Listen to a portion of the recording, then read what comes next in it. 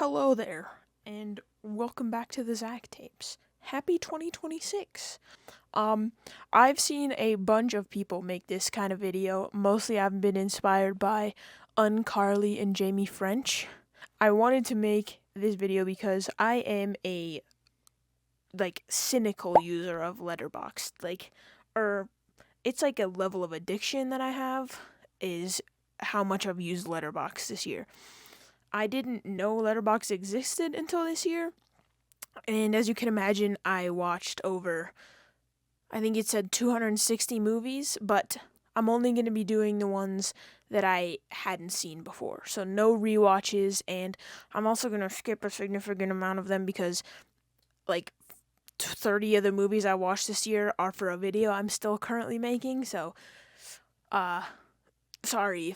My Letterboxd is linked in the description, as well as there's a bunch of chapters. I created chapters for the month. It's in the description. Without further ado, let's get started with January. The first movie I watched was Better Man. This is a Robbie Williams biopic. If you are one of my fellow Americans, you might not know who Robbie Williams is. He is this British pop star. He's like their Justin Timberlake. Is like the closest kind of guy I can think of. And he's an ape for a majority of this movie. So it's like a normal music biopic. They break out into song every once in a while, except for he's a monkey. Don't ask me why. But I did like this. You can see right here what I'm looking at on my laptop. I saw this screen unseen, which is a thing at AMC where you could go in blind to a movie, and I usually love those. They're so much fun to be like, oh, let's see what movie I'm gonna go see tonight. And for it to be this one, I was mad. Because I didn't buy a ticket to this movie on purpose, because I was like, it's gonna be bad. And I had to watch it anyway. And it's like 2 hours or something. It's like crazy. 2 stars. I don't know why he was a monkey, other than it's a metaphor for him being an outsider, but I feel like you got that from the movie. Anyway.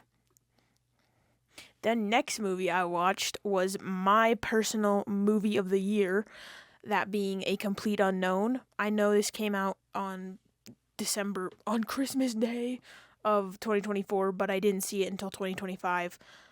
I love this movie. This movie put me on to Bob Dylan, and I will never forgive it and also cherish it forever because Bob Dylan was my top, what is it called? My top artist this year on my Spotify Wrapped. And yeah, it was because of this movie, so thank you.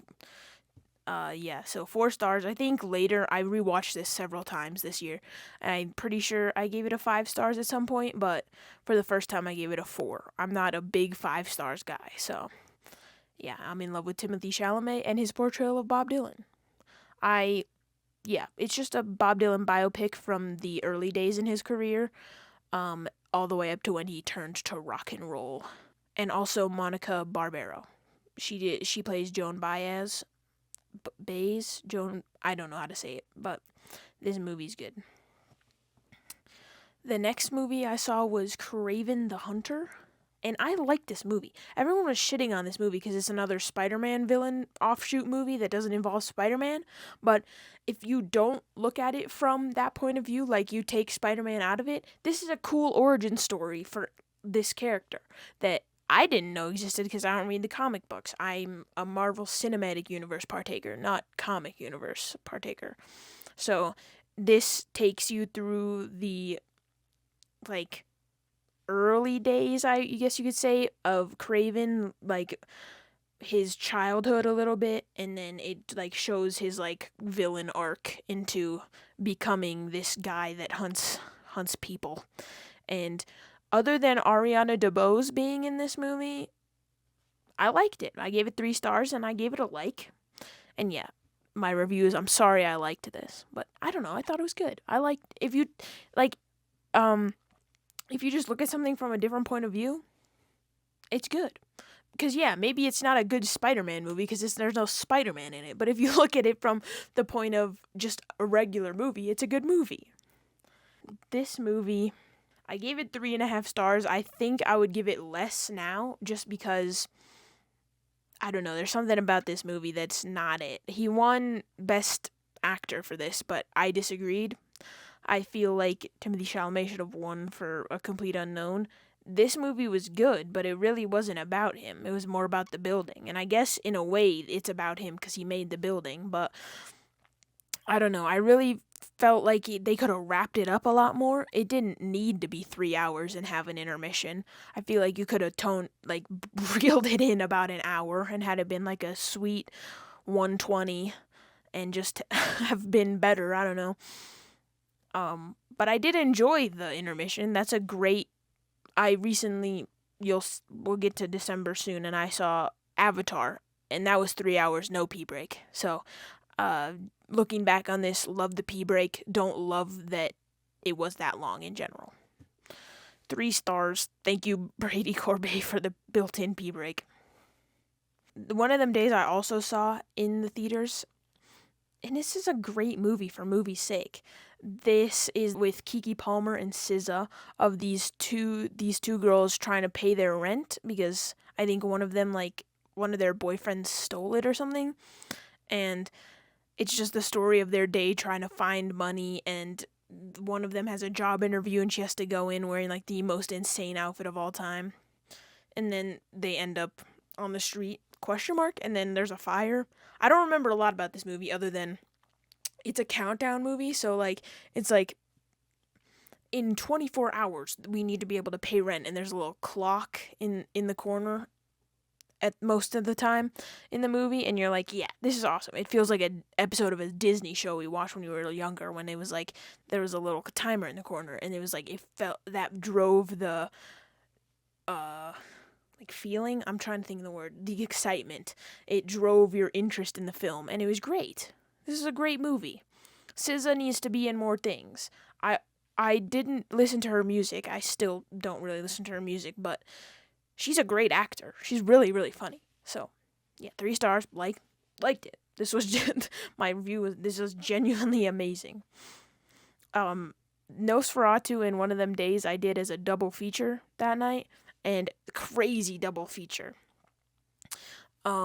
This is a great movie though. After I watched this movie, I watched the original, and they're pretty equal. I'm not saying like in their own right. Obviously, this is way more produced and thought about and pretty to look at, but looking back, I think it was like 1920s or 1930s movie technology is awesome. That's a silent film. Or it's not silent, but there's no talking. Most of the talking is done by text on the screen, and I think that was a cool branch off.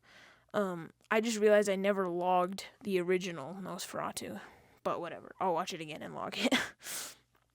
And yeah, Bill Skarsgård is an amazing actor. The way he can embody a villain is insane. And we got the "you must bounce on it." You must bounce on it. Crazy style. This was also another one where we got Aaron Taylor Johnson. So, yeah, Nosferatu is the story of like Count Orlok, and Ellen, and he is in love with her but can't like be with her because he's a vampire and a freak. But yeah, Lily Rose Depp does a great job in this movie. It's so good. I'm like trying to think of what this movie. Yeah, I think I'm in love with Bill Skarsgård. It's pretty accurate. February. All right, next up I watched Companion. This is a movie about, I think her name is Ivy? Don't quote me on that. What is the girl's name? Iris. I was close. Is about a girl named Iris and her boyfriend Jack, and they go out to a cabin for the weekend with their friends, and we learned that Iris is a robot that Jack bought her or loaned her. He rented her basically because he couldn't afford her, and she's literally a S3X robot. that he can just turn off, and he programs her to murder one of their friends, and chaos ensues. This was a really, really cool movie. Sophie Thatcher is such a cool actress. I love her hair. I've seen a couple movies, and she doesn't really change her hair for roles, which is like a power move almost. This I don't know how I feel about Jack Quaid. I feel like nepo babies aren't something I'm willing to get into right now, but this is a really fun movie. It's gory, but like in a camp way. Like it's just like awesome. And I gave it 3.5 stars and a like, and I said cinema is back. And yeah, I think that still stands true.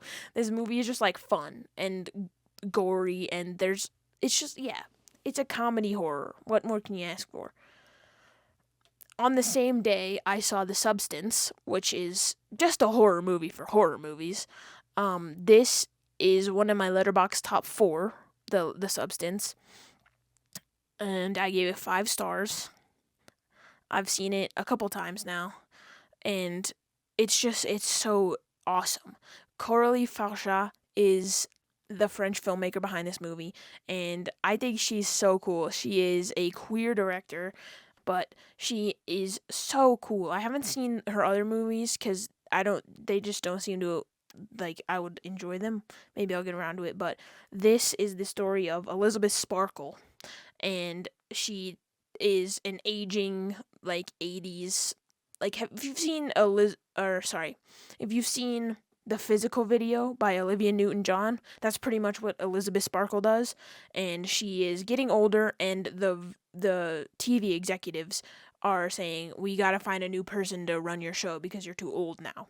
And so she one day learns about The Substance and takes it, and later that night her back rips open and out pops a younger, more beautiful version of her, who is played by Margaret Qualley. And it's just a commentary on women's bodies, how men just want to use them for their gain, like they can just be like discarded when they're done with. And it's a body horror movie, but I feel like you can get past the body horror to a certain extent.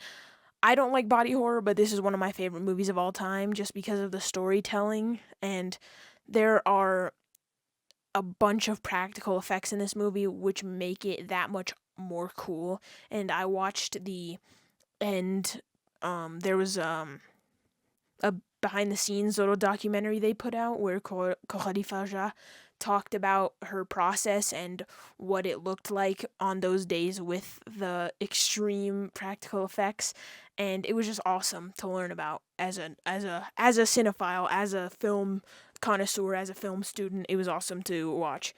And yeah, I really feel like you should give this movie a shot. It won Best Costuming and Hairstyling, that Oscar. I really thought it was going to win Best Director, but Sean Baker and freaking Honora won that. So, but yeah, 10 out of 10. I love this movie. Okay, we gotta speed it up a little bit. I've been through like 4 movies and I'm 14 minutes of recording. Okay, Love Hurts is what I watched next. This is with Hei Ki Kwan. What's his name? Kei Hui Kwan. And it's the guy from Everything Everywhere All at Once and The Goonies, and he plays this like Jackie Chan-esque character who used to be the hitman for his brother who is in the Asian mob, but now he's like this real estate guy. And I don't know, it was really weird. Him, Kay, and Ariana DeBose have this romance in this movie they're like 20 years apart in real life, and I was like, we didn't need to do that. And also it's just weird. It's like a Jackie Chan flick that also is like, but I love her. Like, I don't know, I thought it was really weird. I gave it 2 stars. Yeah, I don't know, not for me. The next movie I saw was The Lovely Bones, and this is with Saoirse Ronan, Stanley Tucci, and what's the other girl's name? Rose McIver. It's about Stanley Tucci murders Saoirse Ronan in a field, like, basement thing, and then it's like the story of the after, but in between like him doing the like committing it and then getting like caught or whatever, there's like these really weird like afterlife scenes, I guess, where it looks like the Pixels movie, or like it's just so weird. Like I don't know why they choose to do that. Like it would have been such a good movie if they just hadn't been weird about her dying. Like it's Saoirse Ronan, she passes away, and then like it's the aftermath. I wish it was just that, but there's like these intersplicings of her in heaven that are just like the weirdest things you've ever seen. Um, and yeah, I pretty much said that in my review. Utterly confused at the point of the fantasy land in the middle of the story about murder. Tucci is actually kind of scary in this. And yeah, that's pretty much yeah. And then the next movie I watched was Me Before You. This is a movie with Emilia Clarke and who I thought was Henry Cavill. I think everybody might think that guy is Henry Cavill, but hey, I'm not one to judge. Oh, I also thought it was Nicholas Hoult the whole time, I guess. It can be both. But she falls in love with this paraplegic guy because she's his, like, helper. Like, she gives him his medicine and stuff like that. And she falls in love with him, and I don't want to spoil it, but liked that it wasn't your classic rom-com story. Good ending that brought tragedy into the film in a good way. And I said, not gonna lie, I thought it was Nicholas Hoult the whole time.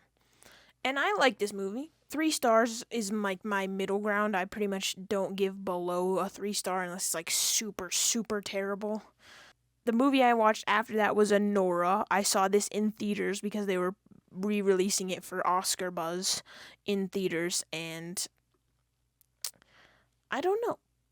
This was another one of those movies where it felt just like you thought it was going to go one way and then it went in the complete opposite direction.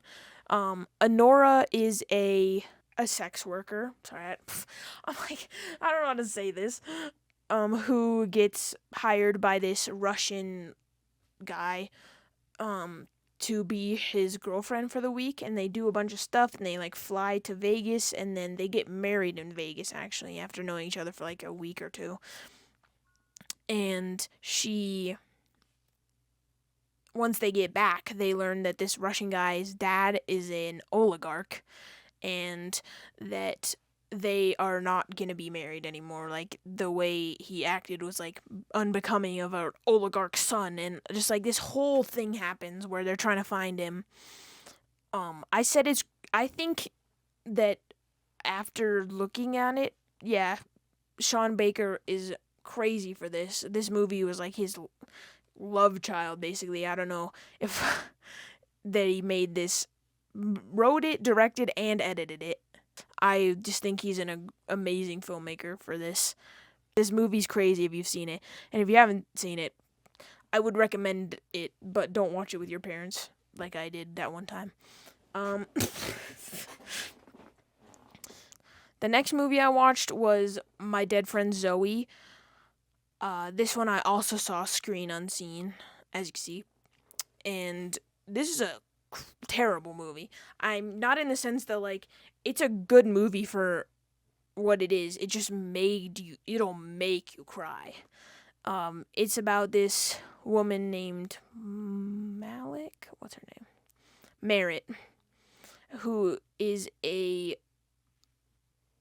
army veteran, and she sees her dead best friend Zoe still, even though she's not alive. And it's just the story of her coming to terms with what happened to Zoe.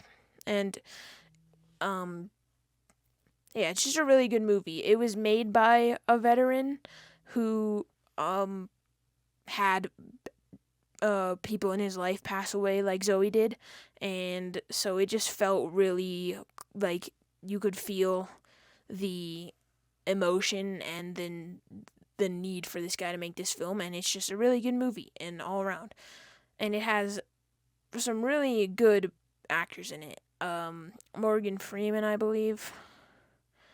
And yeah, Ed Harris, Natalie Morales. Yeah, it's a good movie. It's definitely indie, you can tell, but It was a really good movie. 3.5 stars and a like. March. The next movie is Cool Hand Luke. I got recommended this a few years ago when I was taking a psychology class because one of the people, or one of the guards in the Stanford prison experiment, watched Cool Hand Luke and saw I forget what his name is, but it's basically the warden of this prison Luke goes to. But he was like the most crazy prison guard in. If you've ever heard of the Stanford prison experiment, you'll know that he was crazy. And so I was like, I gotta watch this movie. And so I finally got around to it this year. And I don't know, Paul Newman won, or he didn't win Best Actor. The guy who played the big guy won Best Supporting Actor. I don't know. I feel like it was good for the time, but it was like the craziest film to watch through a modern lens because there's literally 2 women in this movie. 2. And the one, they ogle the whole time because she has boobs and she's washing a car. What the? And then the other one is Luke's mom, and she tells him, like, his dad died or something. It was weird. I don't know. This movie, I don't know what it told us other than run away from prison, I guess. I don't know. This movie is really, really weird. The next movie I watched is called The Guardian. This is with Ashton Kutcher and what's his face? Kevin Costner. And Kevin Costner gets pulled out of the Coast Guard air ambulance service because he saw one of his best friends pass away and like now can't do his job, and so he gets sent to the school to train the new guys who will be on this force. And he gets to be close with this one kid who is Ashton Kutcher, and he has to like teach him how to rein in his needs, I guess. Like he will go out to the bars and he'll get with women and stuff like that, and Kevin Costner's like, you gotta tone it down, kid. You gotta learn how to put yourself into the work. And at the end, they both go out on an air ambulance trip together and save 2 people, and everything comes full circle, and it was a pretty good movie. I like a good Kevin Costner movie where he's a teacher. Like, what's that movie with, The Running? It's like, I don't know. You gotta watch it, though. That one's a good movie as well. This movie was alright. I don't know who recommended it to me, but, like, it was the middle of the road. I gave it 3 stars. It was probably fine. Leave the World Behind. This movie is stupid as hell. This is a Netflix movie that I think is based on a book, if I'm not mistaken. This movie has the most like stacked cast of all time. You have Julia Roberts, you have Ethan Hawke, you have Mahershala Ali. Like, it's a crazy movie, but they don't execute it well. It's about this family, Ethan Hawke and Julia Roberts and their 2 kids go out for the weekend to this big whole house with a pool, and the world shuts down. The world, like, something happens to all the technology in the world to where nothing really works, and then the deer start acting weird. I don't know. It's a science fiction flick, but it's just so weird. And like there's this one scene where like Teslas try to kill them, and there's another scene where Julia Roberts and Mahershala Ali's daughter scream at a bunch of deer. It's like, I don't know what, like, the technology is being affected, and also the deer for some reason. I don't know. It was really weird.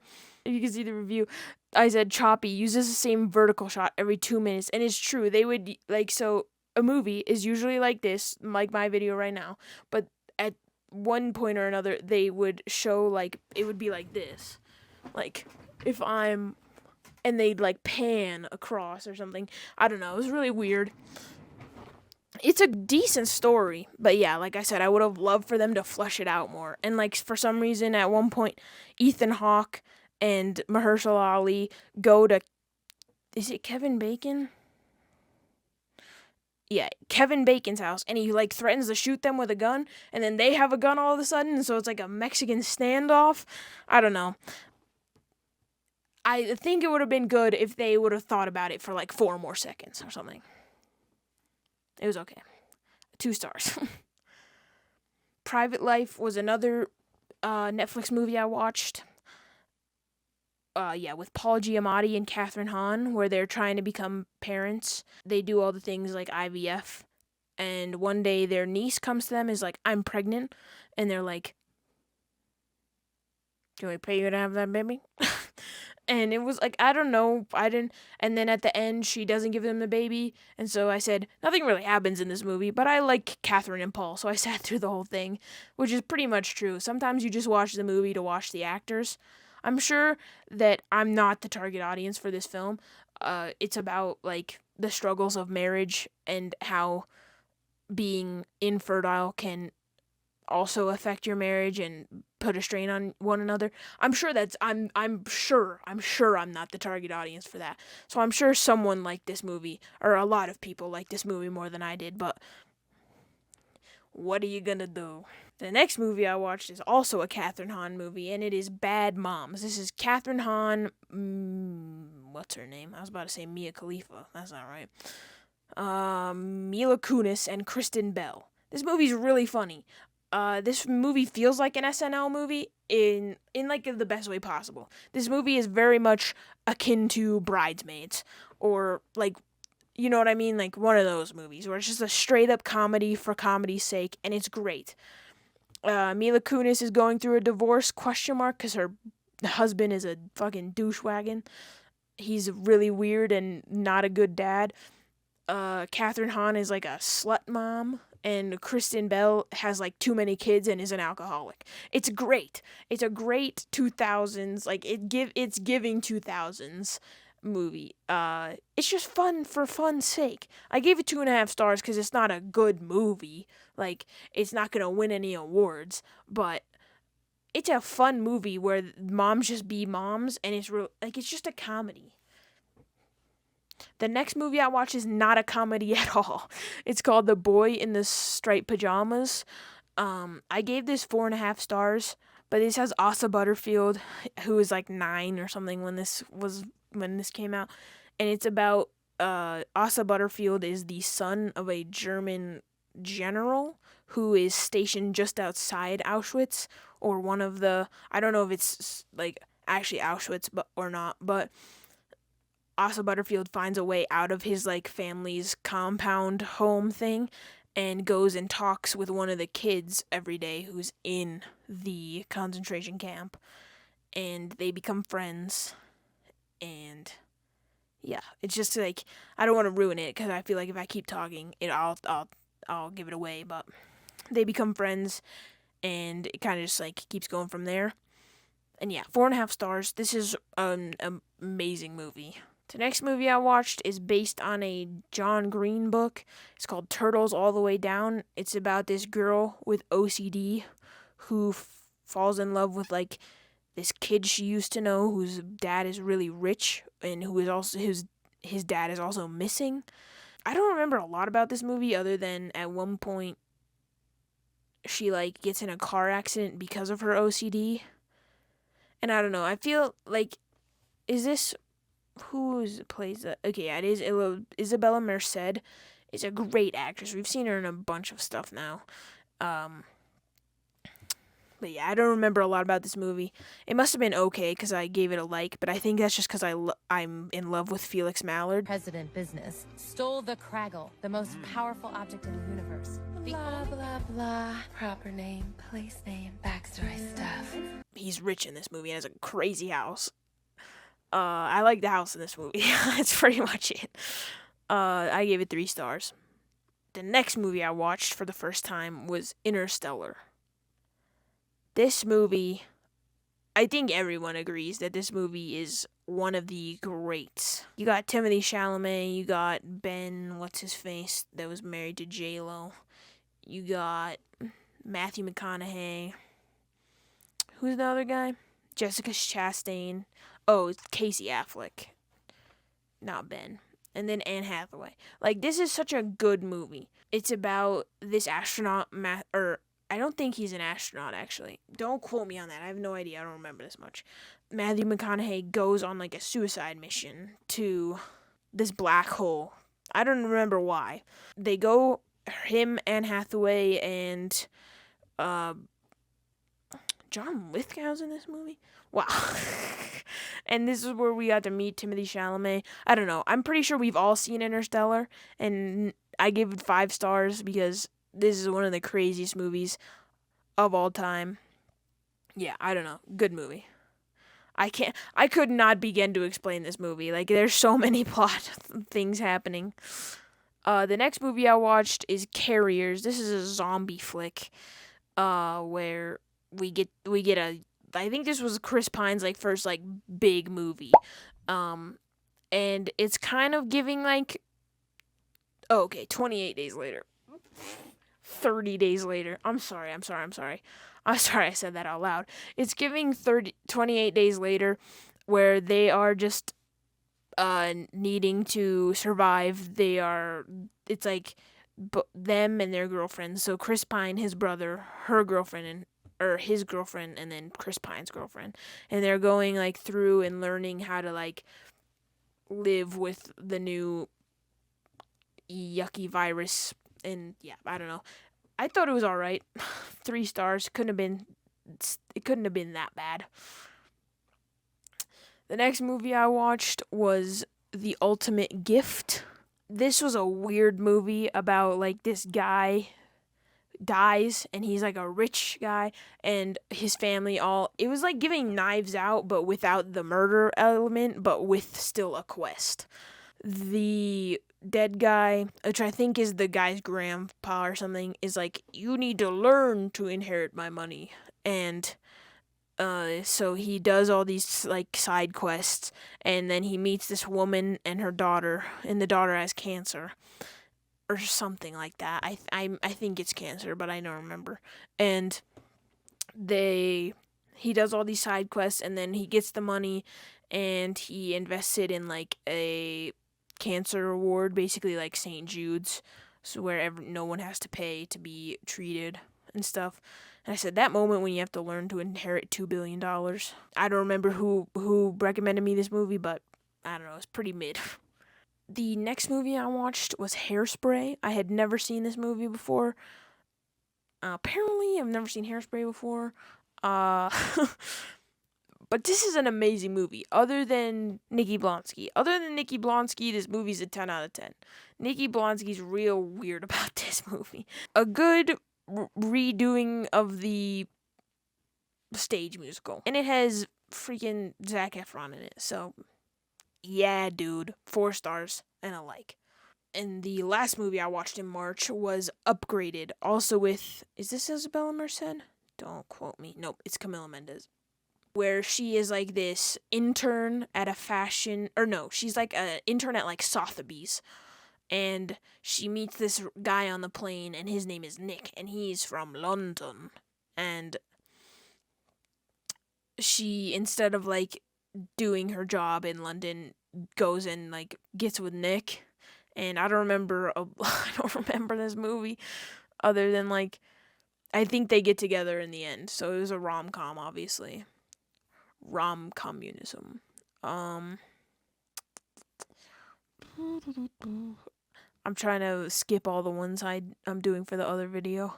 Okay, I sat down to edit this video and realized I had skipped, like, 2 entire months because I've been watching Nicole Kidman movies this whole time, and I missed a couple. So, the only non-Nicole Kidman movie I watched in April was a Minecraft movie.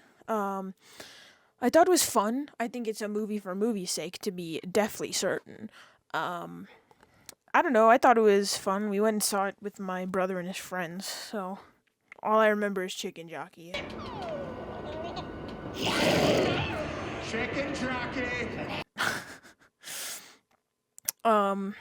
But then in May, I watched Thunderbolts for the first time. What did I say about this one? Yeah, I'm just gonna read the review because I feel like that's pretty good. Everyone was hyping this movie so much, but I don't understand it. It wasn't a bad Marvel movie. There just weren't any stakes. When Yelena goes into the black, they don't give you any time to grieve before she's on screen again. New York just being blackened by unblackened the second they fix Bob, it doesn't make any sense because Yelena had to escape her demons, which means all of the other people would have had to do the same. And don't even get me started on the post-credit scene. And I feel like that was very true. I feel like it was just kind of like, here's a problem. Oh, we fixed it. All done. It just felt so like streamlined to the point where it was like, I don't know. I love Yelena and I love that we're getting more Sebastian Stan, but who knows? And we're all excited for Avengers Doomsday, I'm pretty sure. The next movie I watched in May was Call Me By Your Name. I watched this for the first time. I gave it 3.5 stars and a like, and I think at the time I didn't really like this movie, but I've rewatched it since, and it's become one of my like silent favorites. It's not in my like top 4 or anything, but when I need a movie to like calm down to, it's definitely this one because it's just like so effervescent. I love it. I love this movie. The next movie I watched in May was Beach Rats. This was kind of Harris Dickinson's like big break, big role, his first big thing. He plays a queer teenager who goes online and has intimate relations with older men, and it's just kind of his showing his evolution. I don't know how to say it. Just it's a pretty movie. There's a lot of raw human emotion in it, and I don't know. I think he did a really good job for his one of his first big movies. I feel like, and yeah, I give it 2.5 stars on a like. The Blind Side. Yeah, I feel like the review sums it up. This is a crazy movie to look back on because it is a white savior movie. In real life, they also just effed him over so hard. That it's crazy that they got a movie made about it. Shout out to Sandra Bullock. I think she should have won an Oscar. She's a great actress, but I don't know if it should have been for this movie. I gave it 1.5 stars. Yeah, this movie I put on my watch list because in Red, White, and Royal Blue, Prince Henry says that this is his favorite movie because it's the swooniest movie of all time or whatever. This is another one of those movies where the target audience is not me. I didn't understand this movie other than they're both in relationships they don't want to be in and they get together or something. I don't think they actually get together. They just think about it a lot and like touch arms and stuff. I don't know. Good for the people who like this. This movie is cause for some of the greatest movies after it. So we can't say it didn't help anything, but it wasn't for me. I gave it 2 stars and I said the same quote about White Lotus could be said about this film. It's my favorite show where nothing happens. Very that. The next one I'm gonna get reamed for in the comments. Step Brothers is not for me again. I don't find this funny. I thought Catherine Hahn was funny, but that was about it. I think they're just like so immature it hurts to watch. I don't know. I gave it 1.5. I give it a half star actually. A lot of people like this movie. I'm not one of those people. The next and final movie I watched in May was How to Lose a Guy in 10 Days. This movie gets a lot of love as well, and I just thought it wasn't that good. I feel like the concept, like, it's just another Matthew McConaughey movie where he's like, all right, and like does his thing. And I don't know, he's not for me. I think I liked him in Interstellar, but I don't know about this, guys. And I said this movie is so long. She could have been way more weird and so much less screen time. All right, moving on to June. We have Catch Me If You Can. This is about Frank Abagnale, who's played by Leo DiCaprio, and he is a con man, and so he just gets money from where he can, how he can. He pretends to be an airline pilot, he pretends to be a doctor, he pretends to be a lawyer. It's a fun movie. I don't remember if it's real or not. I think Frank Abagnale was just like a liar. So I mean, it's a good movie. I think wasn't he nominated for Best Actor in this or something? Who knows? Whatever. All right, moving on. High Strung. This is a movie I watched purely because Nick Galitzine was in it. He's in Red, White, and Royal Blue, which is one of my favorite movies, or if not my favorite movie. And so I've been watching some of his filmography. This is a weird one. He plays a guy who is from England, maybe I don't remember, who needs a green card but doesn't get one because he busks on in the subways of New York with a violin. And in order to get a green card, he needs money. So he enlists the help of this girl who goes to a school that he met, and she gets him a rental violin from the school so he can go perform at the whatever. I don't know. This movie is really weird. Nick Galicine's hot Nick because he's brooding and he wears a leather jacket. But other than that, I really don't remember anything. I watched The King's Man, which is the prequel to The Kingsman. And it's great. Ralph Fiennes, Harris Dickinson are in this movie, and it just shows, if you've watched The Kingsman, it shows how they were formed, and so I thought it was really fun that I watched this movie first, and then you'll see in a minute I watched the Eggsy ones where he is a Kingsman. I like that one. Yeah. Who's the other internet boyfriend? I know Harris Dickinson is in this, but who else?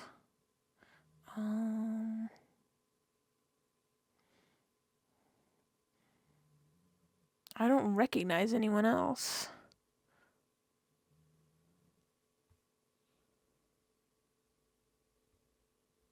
Oops.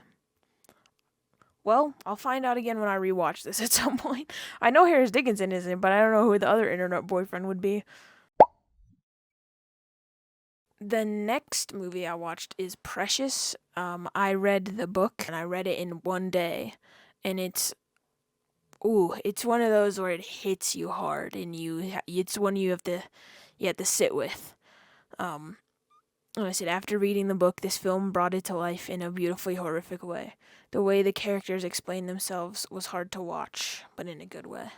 I think that's very true. If you've seen this, or read the book, or seen this movie, Precious is a girl who is either has a learning disability or just doesn't, or just not schooled properly, I think. And so she goes to this class where she learns how to read, how to write, and while that's happening, she gets horrifically abused by her father and ends up having his children, and it's terrible, but it is an amazing movie. And I think if anyone watched this movie, or not watched this movie, but if anyone took this with them, they would understand a lot more about what it means to be a human. And I think that might be it for June. I think I'm caught up to where I needed to be, but let's see. Okay, yeah. All good. Back to me. The next movie I watched, and it was How to Train Your Dragon live action. Before I watched this, I had watched the animated one, and it's pretty much shot for shot. I don't know why they keep doing these. And I keep noticing that whenever we do a live action, we change specifically the girl from white to black. If I had a nickel for every time I was doomed by a puppet, I'd have 2 nickels, which isn't a lot, but it's weird that it happened twice, right? I swear I'm not racist, but I just think it's a weird observation. But yeah, this is a shot-for-shot remake, but it's with CGI dragon instead of animated dragon, sorry. Yeah, I don't know. It was pretty bad. Not that it's just bad in the sense that the animation already existed, and that's an amazing movie. Why did we have to be But what if it was with real people and we animated the dragons with CGI instead and made them look real? It's like, we didn't need to do this. Okay, the next movie I saw was the F1 movie. I am not an F1 guy, if you couldn't tell. My brother is very F1. My brother loves F1. So we pretty much went and saw this for him. I don't know. I don't really like Brad Pitt either. So it was just like more learning about what it means to be an F1 driver. Like, I'm not going to watch F1 now, but I think it was interesting and it was pretty to look at and the soundtrack was really good. So it's like I didn't like hate that this 2 hours of my life, but I didn't love it either. Damson Idris is pretty amazing to look at, and I wish we got more of him than Brad Pitt, if I'm being honest with you. So yeah, 2.5 stars. I guess I didn't review this one. Whatever. This movie. Yeah, I'm gonna spoil this movie. If you haven't seen this movie, skip to whatever this says. This movie makes me mad. This movie was like, so Dakota Johnson plays what's it called? A matchmaker in New York City. So she takes like her clients and finds them dates, basically. She's like Tinder, but if it cost like $1 million. And so, of course, as a matchmaker, she can't have a good love life of her own. That would be paradoxical. So she's in a love triangle, basically, with Chris Evans and Pedro Pascal. And she meets Pedro Pascal at one of the weddings of her clients. So two of her clients are getting married, and she meets her client's brother, which is Pedro Pascal. And Pedro Pascal's a rich guy. He lives like in like the most beautiful apartment in New York. He works in like trust fund or hedge funds or something in finance, and he's Pedro Pascal. And Chris Evans plays her broke actor ex-boyfriend, who for some reason has a car in New York. And so it's her falling in love with Pedro Pascal for a majority of the movie, and then learning he got the leg lengthening surgery, and it made him like 6'1", and he used to be like 5'6" or something. And then she's like, oh, I don't like that. And she breaks it off, even though he's tall now. It's Pedro Pascal, and he's rich, for her stupid ex-boyfriend who pays $800 a month in rent to live with the most disgusting roommates you've ever seen in your goddamn life. Just because, oh, I love him. I hated this movie. And I resent this review that I made now. As a broke man, I feel seen. No, dude, you don't deserve it. I'm so mad, actually. We're moving on to July. July? The first movie I watched in July was Kill Bill and Kill Bill Volume 2. I had never seen these before, and oh my god, Uma Thurman is awesome. She's so awesome. It's this, like, tale of revenge, Quentin Tarantino style. Oh my god, these movies are awesome. So, Uma Thurman's character wakes up in the hospital, and she's like, where am I? And then she, like, relearns how to walk, and relearns or whatever, and then she goes on a killing spree, and it's awesome. I can't explain these movies to you, you just need to watch them. And then in Kill Bill Part 2, she kills even more people, and it's awesome. But the end of the first one, yeah, dude. And I guess they've released them now as, like, one whole thing, the whole bloody affair, which I don't think I'll be watching because these are, like, 5 hours long together. But, yeah, they're amazing. I gave them both 3.5 stars. I think I would rate them higher now, like, looking back. But, hey, you know what? We're not going to change the past. Okay, the next movie I watch is Elvis. Now, you're all gonna rip me apart for this, I fear. I did not like this movie. I don't think I like Baz Luhrmann as a director.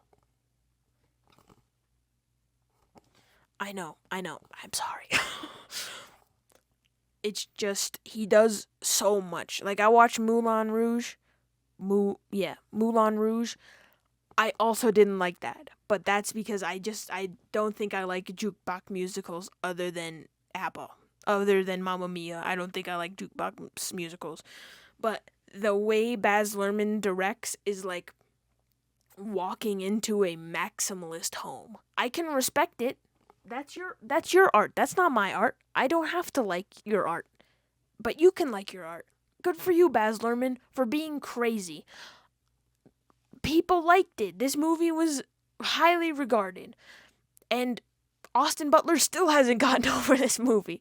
So, yeah, it's just the story of Elvis, but it's like so glitzy and glamorous that it like made me mad a little bit. It just was like not for me. I gave it 2 stars. We know what happened to Elvis. We've all seen. Next, I watched Jerry and Marge Go Large. This is just like a little sweet, heartfelt movie. Bryan Cranston and Annette Bening, and they play this retired couple that learns how to like scam the lottery or whatever, or not scam, but like they learn how to like play it right. And yeah, it's just very cute. And they get like they like help their whole town become richer and like benefit the town and everything. It's just like, this is just awesome. I gave it 2 stars and a like because it's not like a great movie. It's just like a heartwarming like flick you put on in the background. Bones and All with Timothée Chalamet and I forget her name, Taylor Russell. This is a horror movie, and they play 2 people who have to be cannibals. It's like, I forget, they're just like kind of zombies, kind of, I don't know how to explain it to you.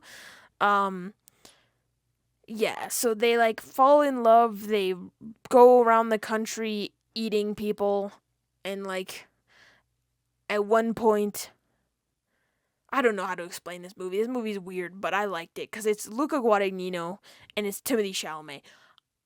I'm gonna like a Timothée Chalamet movie besides Party Supreme, but we'll get into that.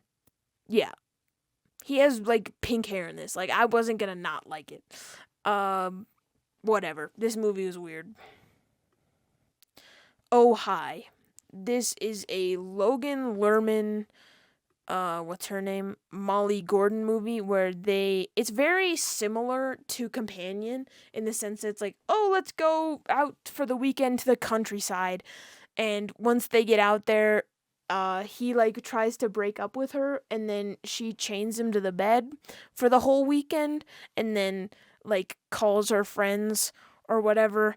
I don't know. This was a weird one. I watched this Screen Unseen, I'm pretty sure too. Yeah, and I said worst Percy Jackson movie to date because Logan Lerman plays Percy Jackson in the movies. I didn't know if you knew that. The next movie I watched in July was Passengers. I pretty much put this on my watch list because of the roast they did. During our sex scene, I felt your dick rubbing into me.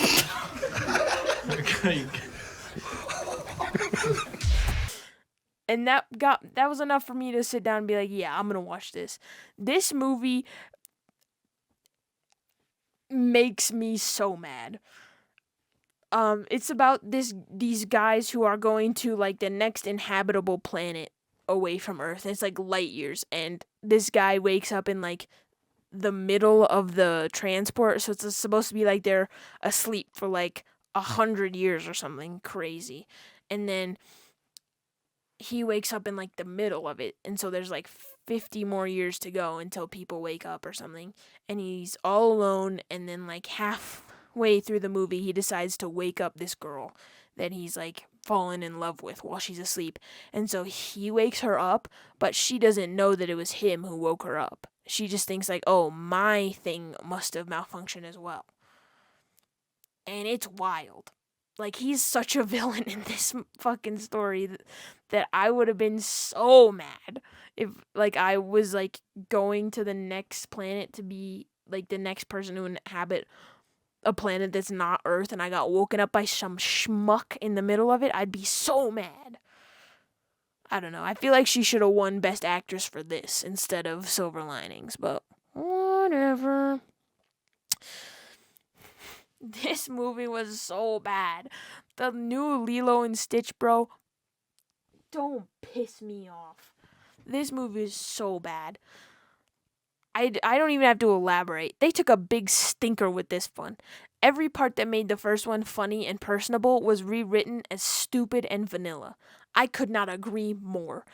They make Stitch the villain in this. In the animated one, you're supposed to like Stitch. In this one, it's just like, what if he was a little shit? What if he was like the worst like thing ever in like a non-endearing way this time?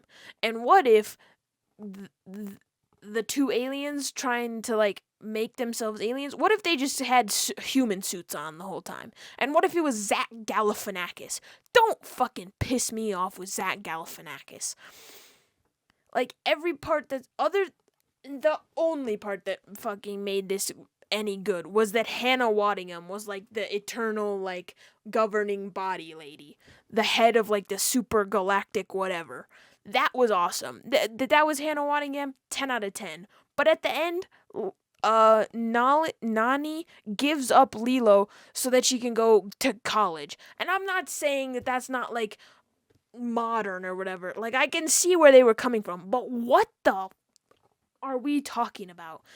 What do you mean she gives up her sister? What? Go to school in Hawaii. They have universities in Hawaii. I could not imagine being like, my sister, the only other person I have left in this world. I'll be right back. I'll be back. You're gonna go live with our neighbors. Nope. Wasn't having it. Okay. After the rant of the century, the next movie I watched was Jurassic World Rebirth. This is my first ever Jurassic Park movie, and I know I'm gonna get reamed for that in the comments, but I've never seen another Jurassic Park movie. I'll probably watch the ones with Jeff Goldblum or whatever, but this was the first one I've ever seen.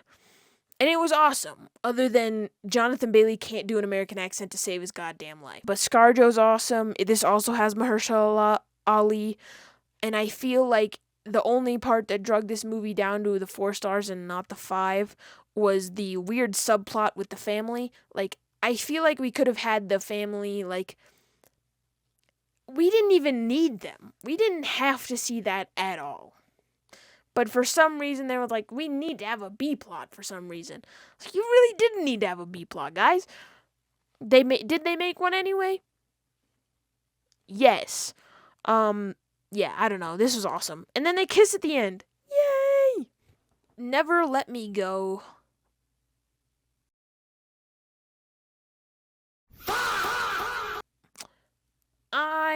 This is another movie where I'm not the target audience for this because I didn't understand it at all. And I can acknowledge that. Like, I can understand when if I don't like a movie, I'm sure someone liked this movie. I'm sure a lot of people like this movie.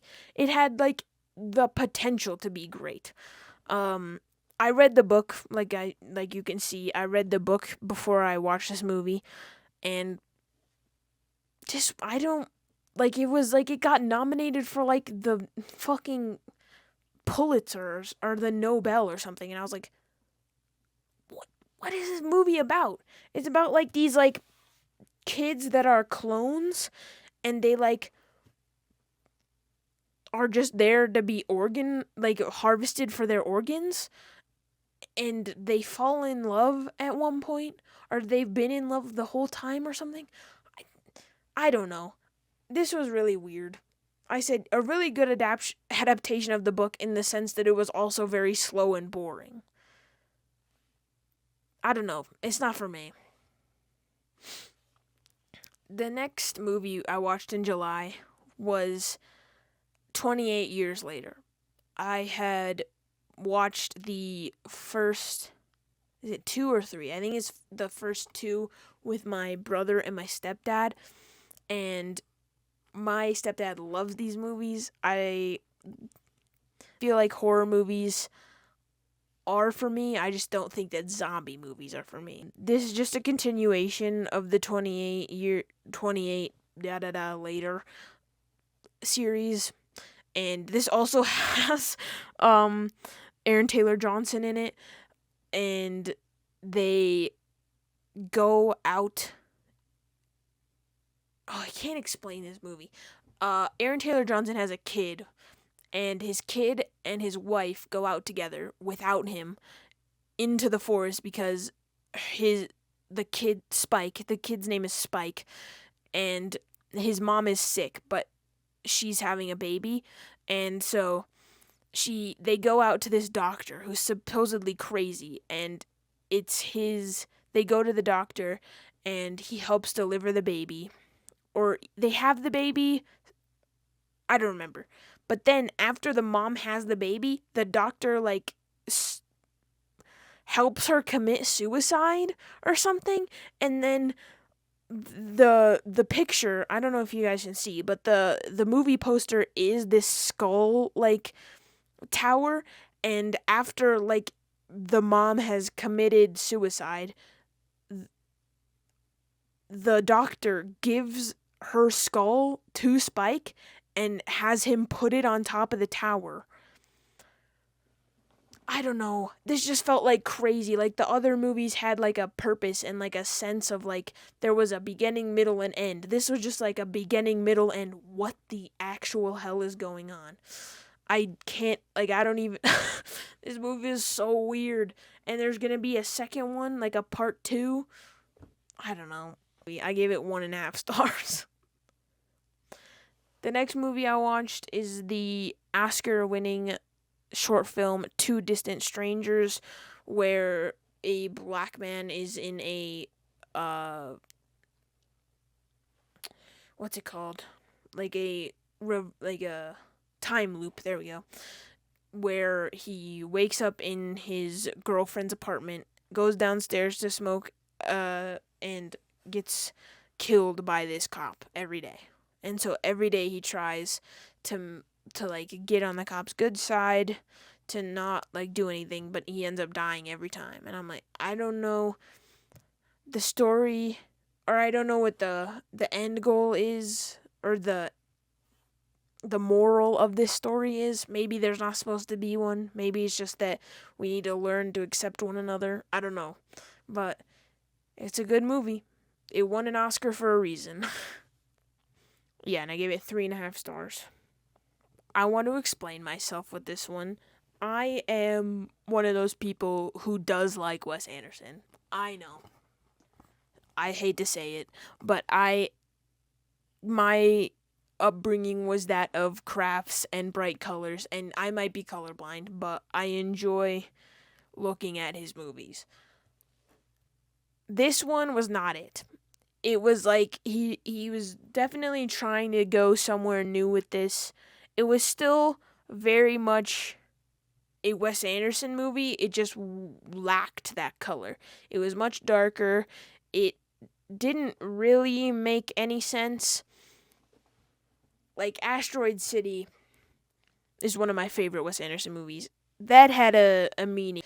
This was just like, we're going to take you along for the ride. You can see if you figure it out on the way. And I didn't. I haven't seen this again since. I've only seen this movie once. Maybe I'll watch it again, give it a second chance, but I don't know. I thought it was boring and confusing. And I feel like the cast you have in a Wes Anderson movie, I don't know how you mess this up, but you had Benicio del Toro, Mia Thruppleton, Michael Cera, Tom Hanks, Bryan Cranston, Bill Murray, Scarlett Johansson, Willem Dafoe. Out of all of those people you cast them in this weird ass movie. I don't know if he didn't write this one or something. I don't know. It was just weird. It wasn't my favorite. I have AMC A-List, and I go to the movies every week and do a double feature to get the most out of my subscription.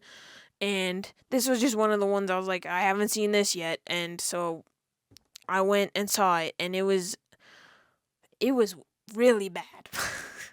This movie is so weird. This is an indie movie. It has a bunch of unknown actors in it. And it's about Abraham, Von Helsing. There we go. And he's supposed to be killing vampires, but his kids find out that he's just killing everybody.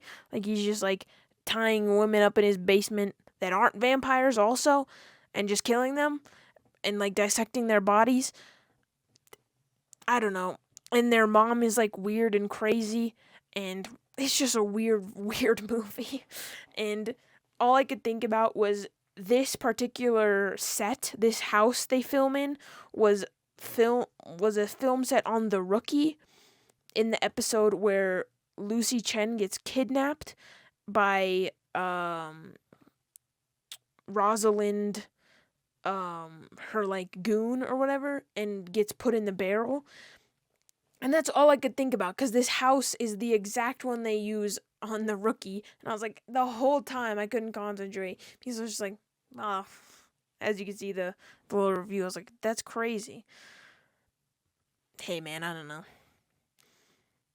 Okay, the next movie I watched was the new Superman, James Gunn's Superman. And this is such a fun movie. Both movies I watched, this double feature, had ties back to The Rookie. This one had literally Nathan Fillion in it.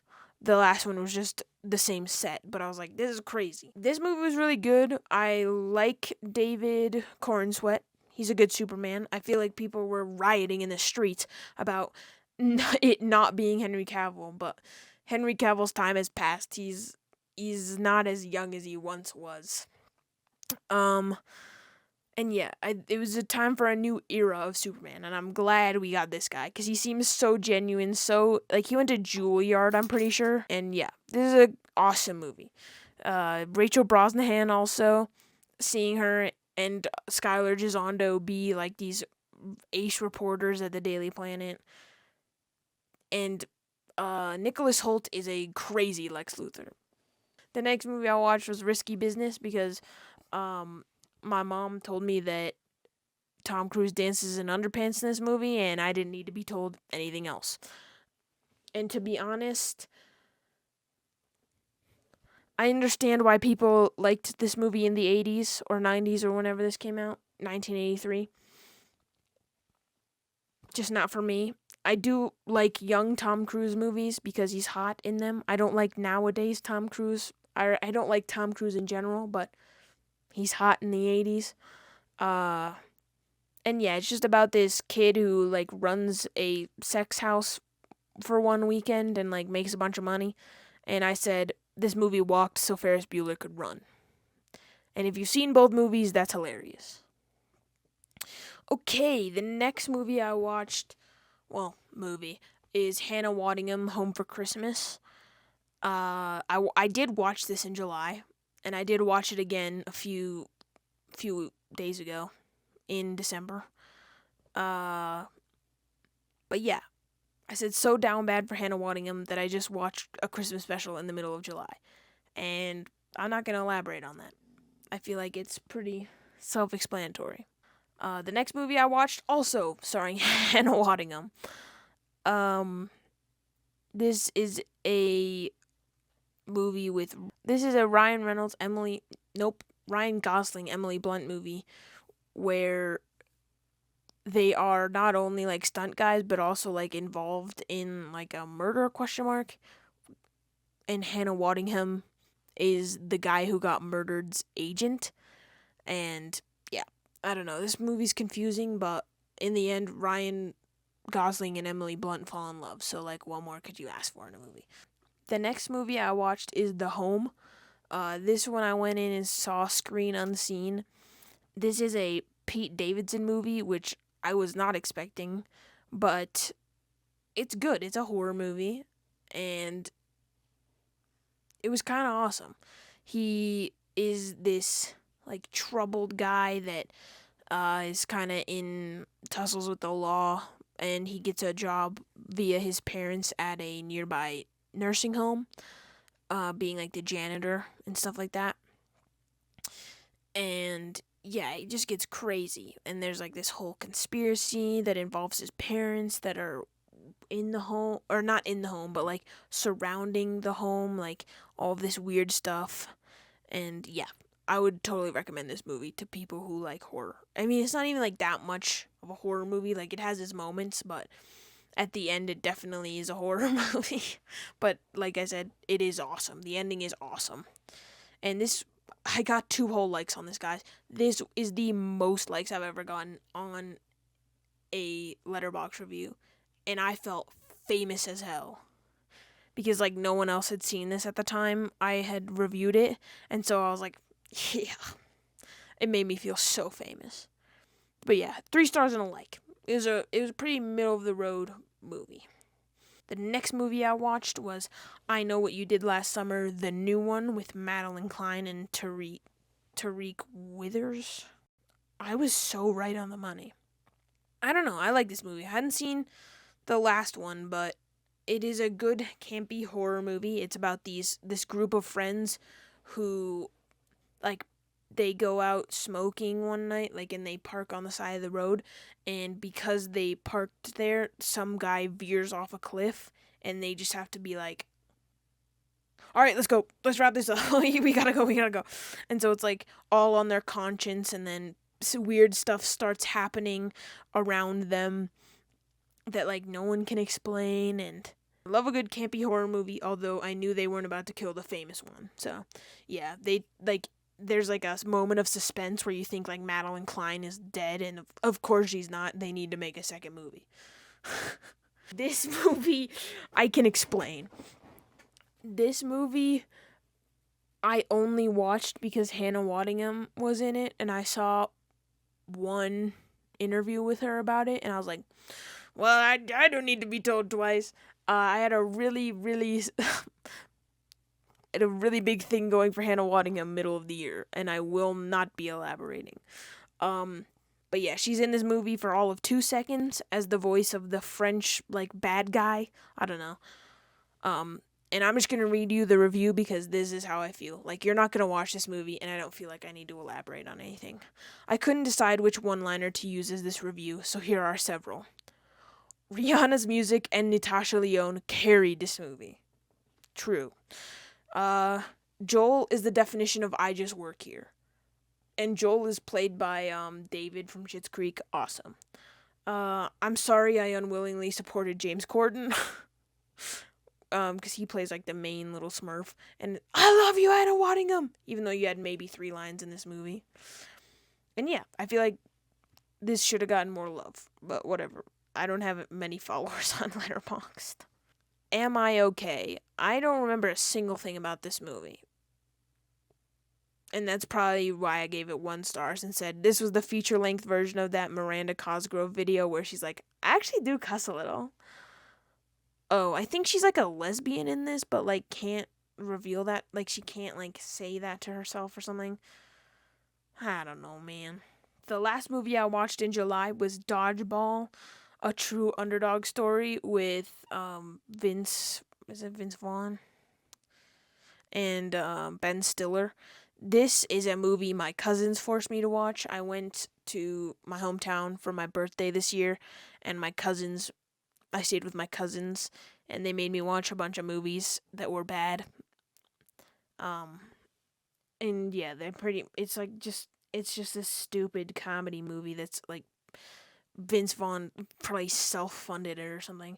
I said this movie is stupid, but it was funny, which is probably why it got 1 star, but also a like. I don't know. August. The next movie that my cousins forced me to watch was The Hot Chick. This movie is so beyond creepily bad. Rob Schneider changes bodies with with Rachel McAdams and becomes a teenage girl, and Rachel McAdams wakes up as a greaseball, and I can't even begin to explain this movie. It's just so gross. Yeah, not for me. Not it. And I said, what the Freaky Friday fuck? And I think that sums it up. That's all. No further comment. The Kingsman, The Secret Service. This is the first Kingsman movie, and I love a spy movie. Like, I love Spy Kids. I love Corey Banks. Cody Banks. Sorry, yeah. I don't like the Mission Impossibles, but other than that, I love a spy movie. So this was awesome. You get Taron Egerton and Colin Firth. Yeah, baby. Wait, that's not Colin Firth. What's his name? Oh no, it is Colin Firth. Never mind.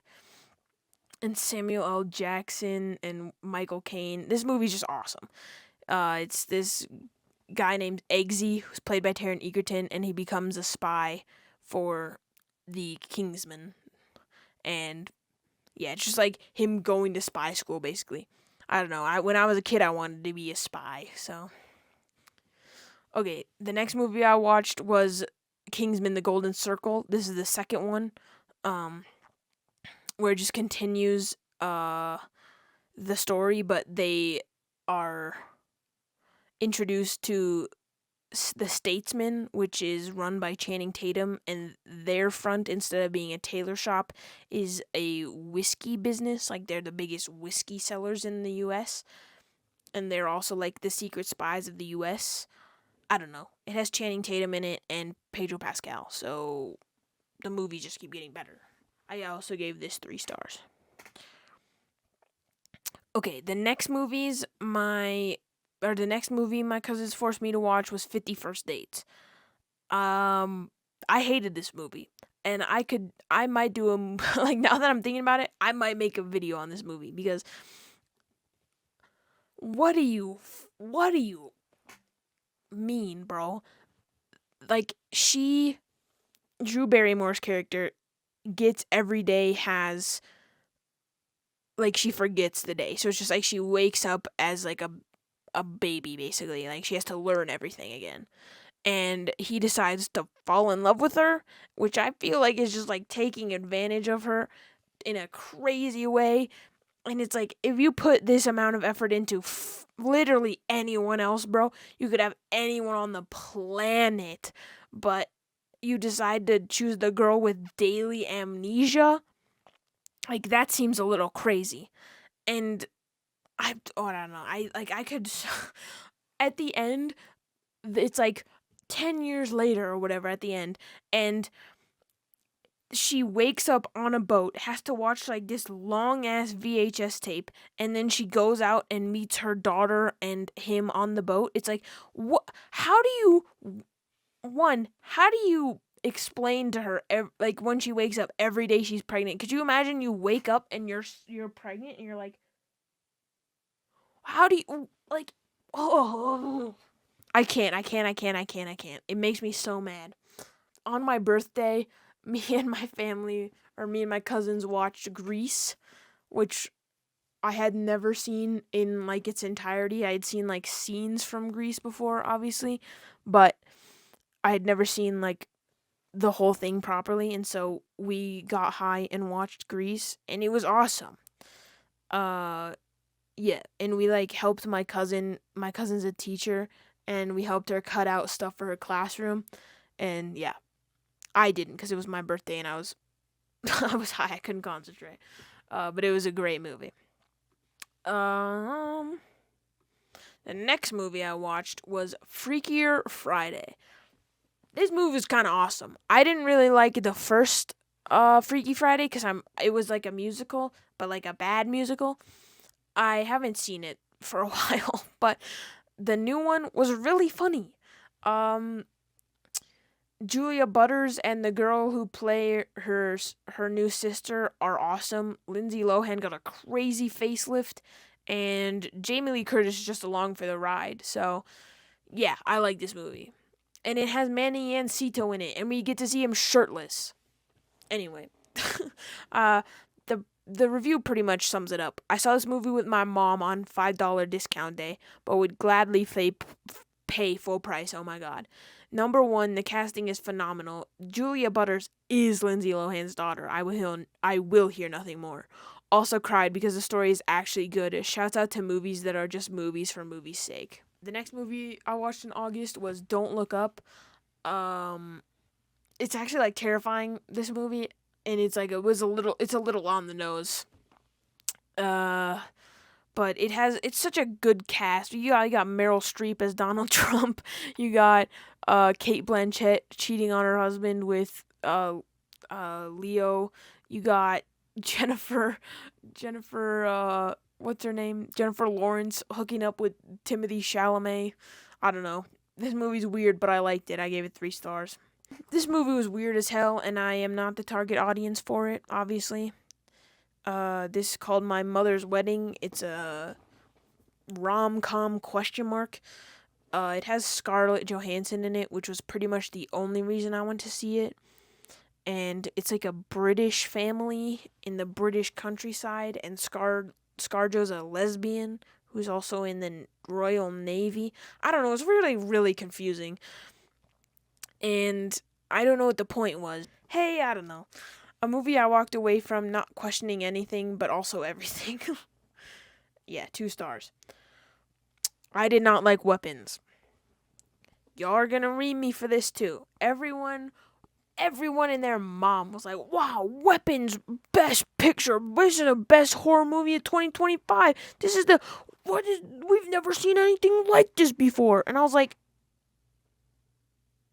you're gonna need to take a step back and a step away from me. Because what did we watch the same movie? I hope this kid wins every award for like new actor or whatever, best child actor performance or whatever. But other than that, we didn't need to see this movie from 8 different perspectives. I think it's an interesting filmmaking tactic, but it did not land here. I feel we saw everything from everyone's perspective, so we understand the story. We understand what's happening, but we never learn why that lady has the power to put people's hair on a stick and have them become a weapon. We never understand what the weapons do. We've seen them leaving. We've seen them do the arms out thing. But what are you doing with an army of kids? What are the kids gonna do? What's the end goal here? Why? I have no idea. Like, other than they kill people, which we saw in the end, like, she got killed by them, I don't understand. This movie explained the story to you. They explained the same story 14 times to you, but it did not explain why. There needs to be a why in a story. There can't just be, oh, this crazy lady is making children weapons in this town. Why is she doing that? Who is she? Where did she come from? Is that even his aunt? Anyway, yeah, my joke was, they call me the Midnight Baba, because that's hilarious. A compelling story that keeps you in your seat, but that doesn't give you a rounded story. We saw what happened, but not why. Infuriating. And I've always said that. The next movie I watched was K-Pop Demon Hunters. Great, great, great movie. I hope this wins Animated Feature of the Year or whatever. I hope this wins Best Song of the Year, or Best Song in made for a motion picture. I'm going up, it's our moment. Yeah, dude, I listen to that shit all the time. It's catchy as hell. 3.5 stars, and I said I also partake in Couch every so often. We never got to see them partake in Couch, really, but one day we will. The next movie I watched in August was called First Daughter. This is a Katie Holmes movie. She was previously married to Tom Cruise. This movie is about the daughter, obviously, of POTUS. So she's FOTUS, or FDOTUS. First daughter of the United States. FDOTUS. And she goes to some Stanford or Yale or Harvard or something, and she falls in love with this guy on her floor, but it turns out that guy is one of her security guards that she didn't know about, and so now she's mad. And I said Red, White, and Royal Blue for the straights, because Red, White, and Royal Blue is a story where the son of the American president falls in love with the Prince of England, and while it's not the same, it's pretty much the same. Pulp Fiction, this was a movie my parents made me watch because I had just seen Kill Bill for the first time. They're like, you gotta see this movie. And I was like, okay. This is another Uma Thurman, what's his name? Quentin Tarantino flick. Not for me. Again, mm, I don't like it. I gave it 2 stars and I said, I love when Wolf showed up and just told them to clean, like two grown men couldn't put two and two together. And I stand by that. What do you mean, what do? You get a bucket of Windex, dog. Ugh. The next movie I watched was the Garfield movie. Again, just because Hannah Waddingham. Hannah Waddingham plays the cat in this movie, and that's the only reason I watched it. Did it make any sense? No. This movie's weird. I gave it a half a star. And I said, what is this movie about? Because I couldn't answer that if I wanted to. Tiddler is another movie I watched just for Hannah Waddingham. She is the narrator of this movie. I guess Tiddler is a popular book franchise for children in the UK.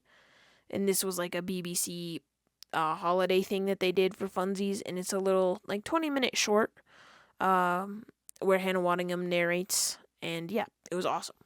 I gave it 2.5 stars because I'm not 6, so I didn't like this all that much, but I did it for Hannah Waddingham.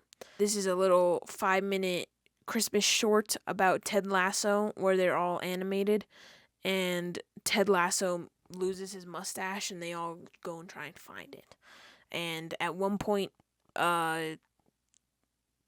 Keely, I think, rips off Roy's eyebrows, and he just grows them back. Like, he goes like, and they pop back out. And I said, it's now canon that if Roy Kent ever loses his eyebrows, that he can grow them back on command. I like this movie. This movie is about the Fantastic Four and Reed Richards and Sue Storm's first baby. Yeah, and they try to defeat Galactus with the baby, or they try to trick Galactus with the baby. I don't know. Pretty awesome that these four are added to the MCU now. Love Joseph Quinn, love Pedro Pascal, and love Vanessa Kirby. Like, they're just like awesome people. I forget who plays the other guy, but I think he's from The Bear.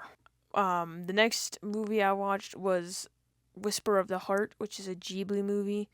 And it was pretty boring. I don't remember a lot about it other than, like, they sing Country Roads by John Denver at some point. Hey, who knows what that's about? Yeah, 2 stars. No, it wasn't the best Ghibli movie, but it was fun to look at. This movie is crazy. This movie is called Malcolm and Marie, and it stars Zendaya and John David Washington. And I'm pretty much just gonna read the review because this is pretty much how I feel about it. While not revolutionary, this film is impressive. Not because of the writing or the cinematography, both of which I found annoying at times, but because of the circumstances in which this film was made. Sam Levinson used COVID to his advantage while the rest of Hollywood was waiting in the dark. I respect how film school this felt in the best way possible.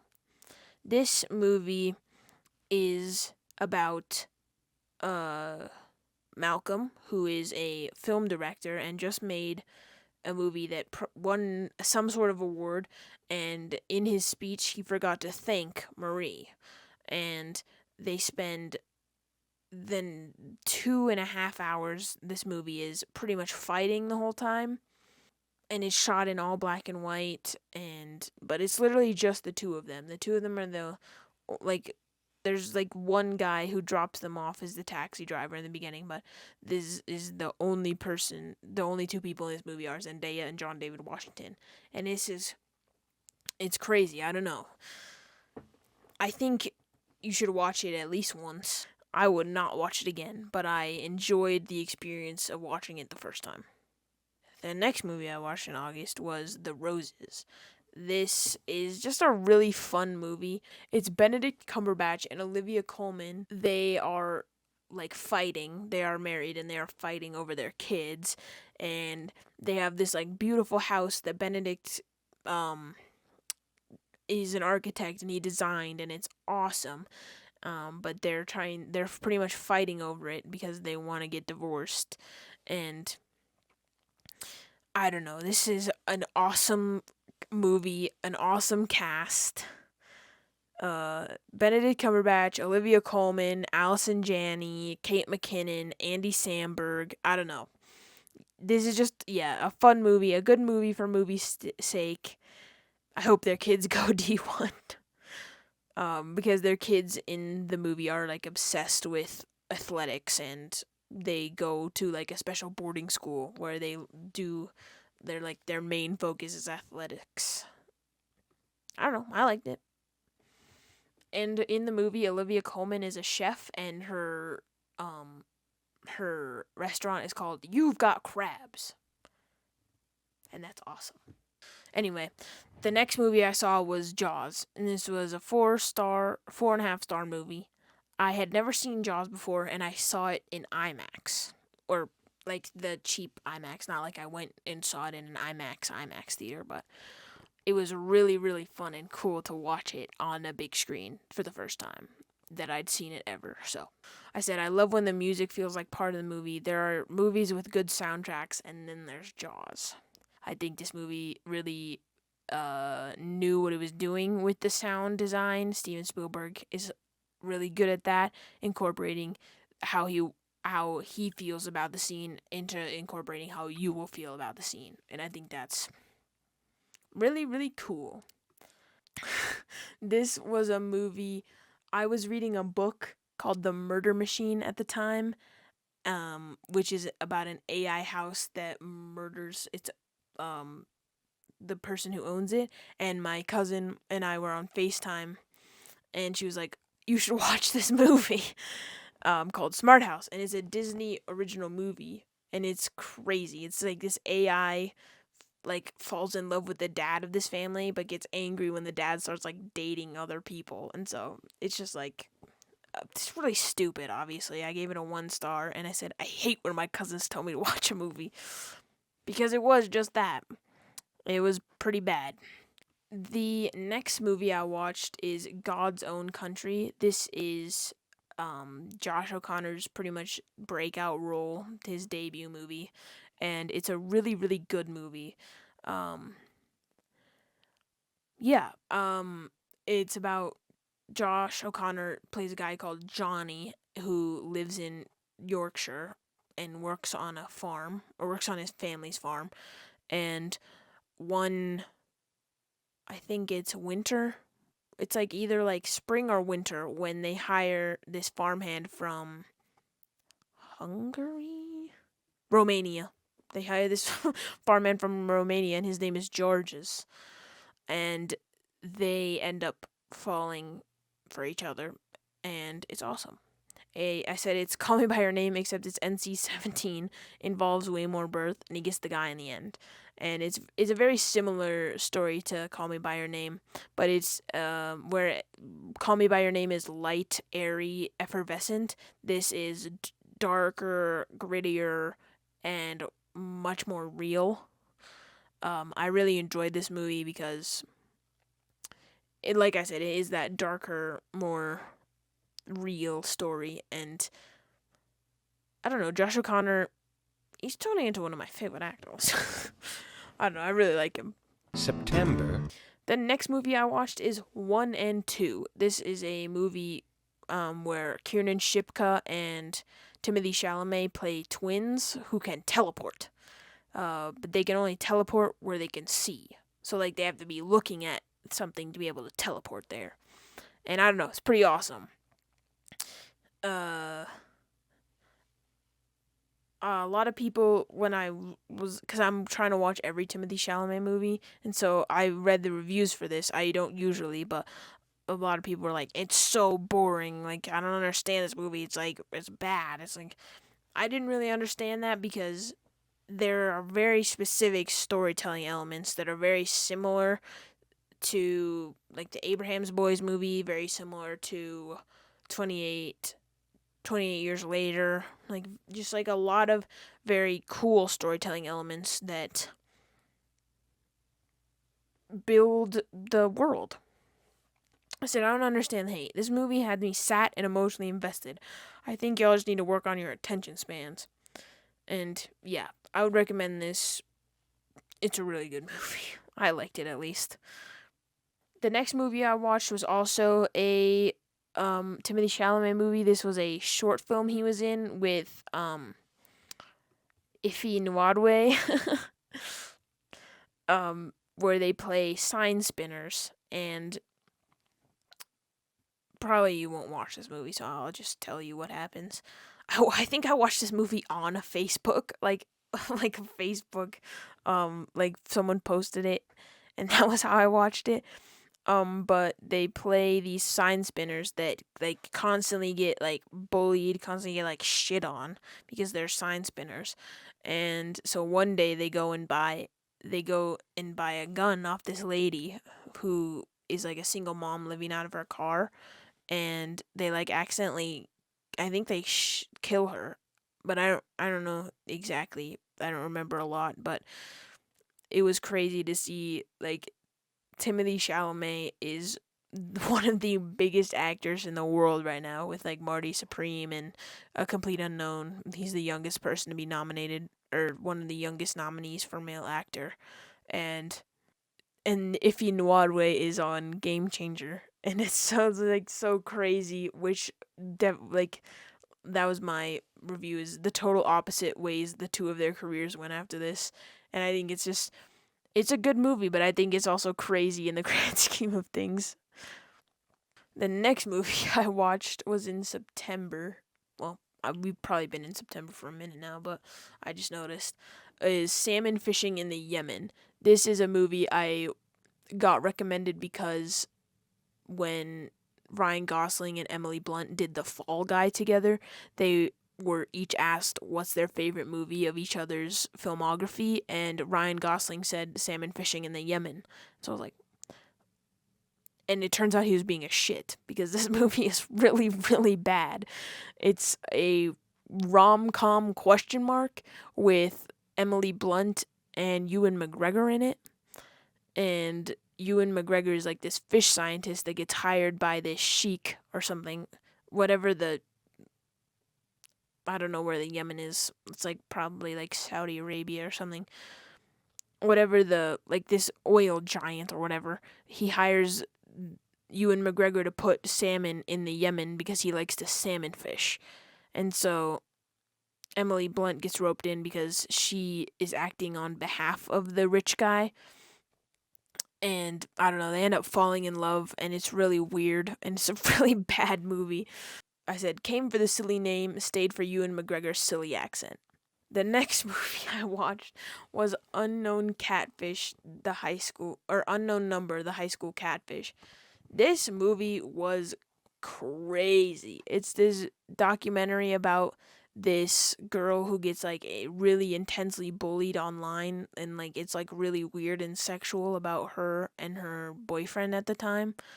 And it turns out that it was her mom sending her those things, and it's like my review is what the fuck? Oh, what the fuck? I would never recover if that my mom did that to me, because what, dude? I could not imagine. I literally it's hard to think about. The next movie I watched was Up in the Air. This was a George Clooney movie that had Anna Kendrick in it. I feel like this movie was really weird. It had a bunch of weird plot lines. Like, the main one is George Clooney is this guy that companies hire to fire their own employees, so he goes and acts on behalf of companies and is like, you no longer have a job here. Your services are no longer required. And Anna Kendrick comes into that same company, is like, what if this was a Zoom call? Thoughts? We wouldn't have to send people and pay for flights anymore if this was a Zoom call. And yeah, I don't know. Genuinely no idea what happened in this movie because there were a billion storylines. I feel like that's how I feel. Okay, it's now the morning, and we're starting again in October. October. This video has taken so long to film. The first new movie I watched in October was Hocus Pocus 2. This movie is pretty awful. It's also like a musical more than the first one was. The first one just had like a good soundtrack, and this one's like they full on sing. And And other than Hannah Waddingham being like the OG witch, I didn't really find this that like this wasn't that good for me. 3 stars and not a like. The Addams Family, I had never seen the original, and so I watched this with my family. I understand why this has such a cult following now. It's the story of the Addams Family and Uncle Fester. Uncle Fester goes missing or something, and this guy who wants all the Addams' money dresses up as Fester and pretends to be him, and hilarity ensues. This movie, this was probably one of the longest reviews I've ever done on Letterboxd. Is a weird movie. This was one of the movies that my stepdad brought us to watch, and so that's so weird. He just sent me a text. He knows I'm talking about him. Demon Slayer Kimetsu no Yaiba Infinity Castle is the weirdest movie of all time. It is like, I can't even like explain it. There's like these guys who are demon slayers, and they go around fighting demons in this giant castle thing. And there's like 4 battles or something in this. So like there's like 4 big fight scenes, and then at the end, like the review says, it literally ends like Percy Jackson. I won't spoil either, but like I was like, wow, this was a really underwhelming, just like the end of Percy Jackson. And yeah, there's like in the last demon battle, we get his whole life story pretty much, and like how he like fell in love with this girl, and like how that's why he did what he did in the end. And it's like, I feel like this review's pretty good. As a person who's never seen Demon Slayer before, I felt like they did enough direct explanation to camera for me to understand. And it is very much that. There's no exposition like via you seeing things. It's always like, and then I did this, and this happened, and oh my god, this happened. Like, they just tell you voiceover. I don't know. If you like Demon Slayer, I guess go see the movie, but yeah. Pretty lackluster, but the fighting visuals were good, and just, yeah. This was pretty good. I watched a lot of movies that I had seen before in October, so I'm trying to get through them. Okay, I watched Scream for the first time this October, and I know I probably should have seen it before, but I don't know. Funny, like horror movies that are funny, comedies, kind of like, this is very much a camp story, and I just like when horror movies are horror movies and there's like just blood for no reason. So the campiness of this was like, I get it, but like wasn't for me necessarily. And yeah, I give it 3 stars and a like. I think we all know what Scream is about. It's like the guy with the mask on, and he goes around killing teenagers.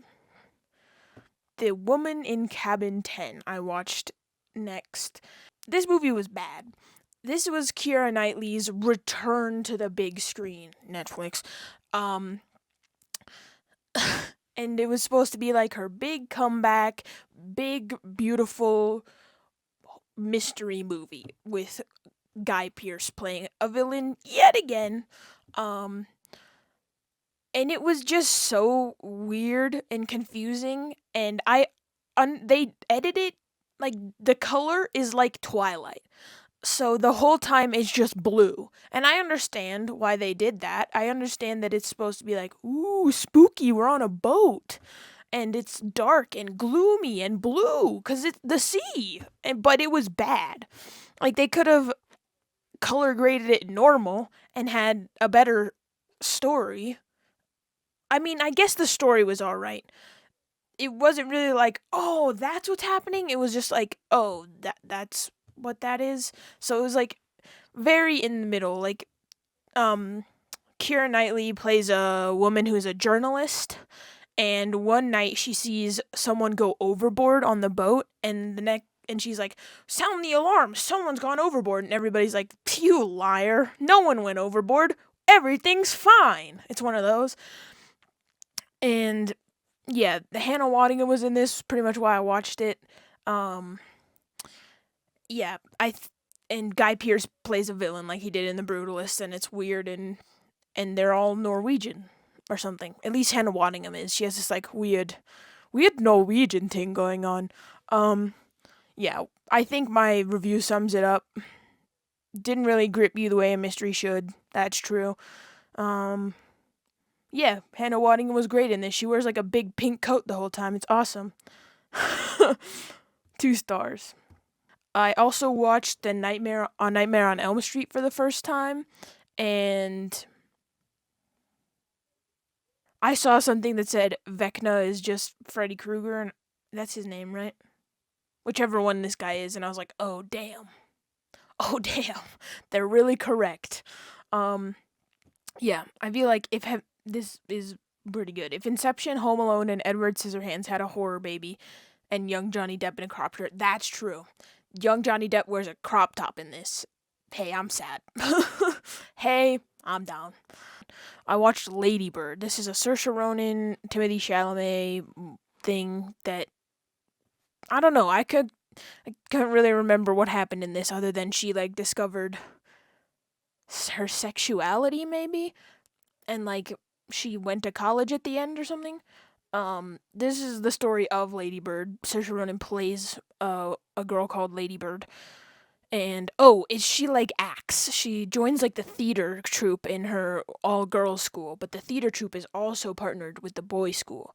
And so they do plays together, and it's like wow.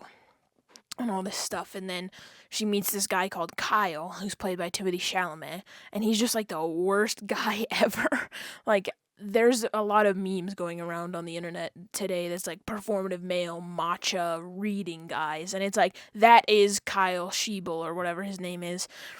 He like reads like fucking Aristotle and just like all this like old shit. I'm not saying that makes you performative, but God, the way he talks, he's like, babe, but what if we weren't real? And and then he ties it back. He's like, and I did not sleep with her, but I did. It's like, I just hate him. If you guys watch this movie, you'll understand. This is like one of the hardest watched Timothée Chalamet movies I've ever seen. Okay, I also watched Friday the 13th. There's a lot of old horror movies I hadn't seen until this year, and Friday the 13th was one of them. All I remember is my review. This is the horniest goddamn movie, good lord, because every time the guy comes to like kill them, they are always fucking. They're constantly boinking it. Like, and I get it. They're people at a summer camp. They're teenagers at summer camp. And I guess that's what you do at summer camp. But good fucking lord. It was a lot. It was a lot. I watched We're the Millers next in October. This is one of the best comedy movies, I think. Like, there's a lot of... It's a very raunchy at certain points, but it's so funny to see a young Jason Sudeikis act like this. Because, like, I think at this point he was still on SNL. Maybe he was in his last year or something. And I don't know. There's, like... And also, I can't believe Jen Aniston agreed to do this movie, but literally, it's... Jason Sudeikis plays this drug dealer, and he's in trouble with his, like, next higher up because he got robbed of all of his weed. And so he's like, well, you can make it up to me by going down to Mexico and retrieving a bunch of weed for me and bringing it across the border. And he's like, okay, how do I do that? And he's like, I got it. I'm gonna rent an RV, buy out a pseudo family consisting of my neighbors and this girl who we just met, and we'll drive down to Mexico, act as a family, and drive back through the border with all this weed in the RV. And it's just awesome. Genuinely one of the funniest movies, just from one scene to the next. It's just like never a dull moment in this. It's just awesome. And also bring back blooper reels. At the end, there's a bunch of bloopers. It's awesome. Okay, the next movie I watched. This sucked because this was my 250th movie I watched of the year. I know it's not the 250th movie I talked about today because I'm not talking about all my movies that I watched. Good Lord, I wish I didn't add this to the watch list. I made a list of all the Halloween movies I watched this year, and this was one of them because I was running out of ideas. And Alvin and the Chipmunks are so annoying, bro. I don't know if it's just like specifically the animated version, but oh my days, it was so bad. It was like, can you guys just shut the it's 1.5 stars. I feel like that's all they get. Contact, 4 stars and a like. I had seen this for the first time because I told my stepdad, I was like, yeah, I'm going to watch Contact because I've never seen it before. And he was like, well, you wait for me to watch Contact with you? And I was like, sure. And so I watched it with my mom, my stepdad, and I said, very, very good movie. If it would have been Christine Baranski instead of Matthew McConaughey, it would have been 5 stars. Because I think she shows up at like the end or something, and I don't know. I think it would have been awesome if it was a lesbian movie. Because how are you gonna make Jodie Foster a straight woman? Come on, bro. But other than that, Contact is like the movie about her talking to aliens, and then she like trying to detect aliens the whole time, and then she ends up going up on a spaceship, and yeah. Okay, the next movie I watched was Clue. I had never seen this before, and apparently I've never been on live television before. But yeah, I like this movie. It's basically just Clue, like all of the places on a Clue board, and all of the people are like Dr. Mustard or Colonel Mustard and the Madam Peacock or whatever. And yeah, it's awesome. It has Tim Curry in it. 10 out of 10. And yeah, flames on the side of my face. Rocky Horror I had never seen before either, and it's just one of those things you just gotta watch. It's one of those cult classic, popular for a reason, just, I don't know, I couldn't even explain if I tried, but all I've got is Dr. Scott! And yeah, thank God for Tim Curry, 3.5 stars. On October 27th, I watched Poltergeist again with my family. I had my dogs up in my mom's house, so it was awesome. It's pretty much the story of this family being haunted because their house is built on an ancient burial ground or whatever. And I don't remember a ton other than like all their furniture floating for some reason.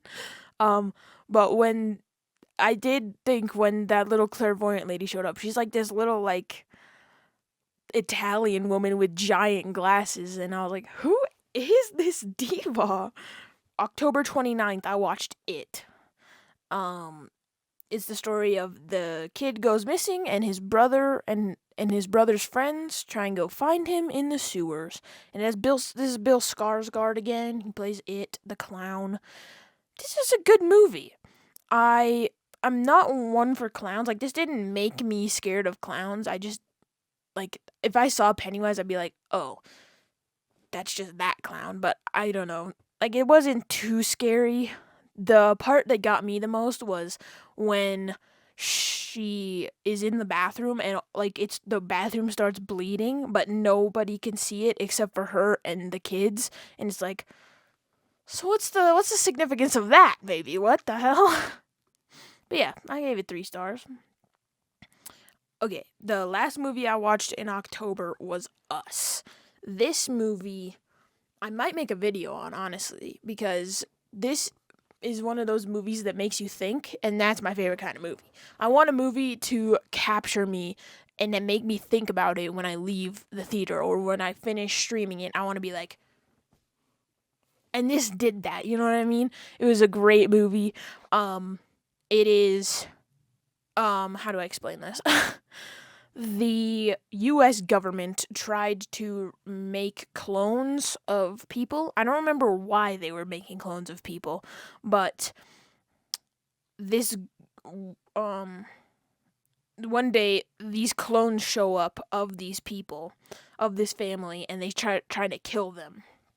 And everybody's like, whoa. And then the next house over, the family shows up, their clones show up, try to kill them too. and it's just like crazy, and it goes on from there of these clones and what it means to society and what they're trying to do. And yeah, it was awesome. Jordan Peele, shouts out, brother. On November 1st, November? welcome to November, I watched Halloween. Because I fell asleep to it, I guess. This is, I forget, is this the Mike Myers one?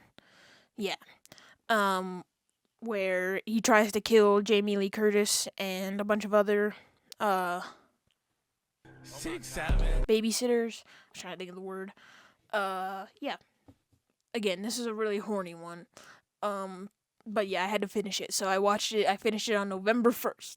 Also on November 1st, I watched Hairspray live. This is the version they did for like NBC or whatever. And it had Jennifer Hudson as oh god, what's her name? As Maybelle, yeah.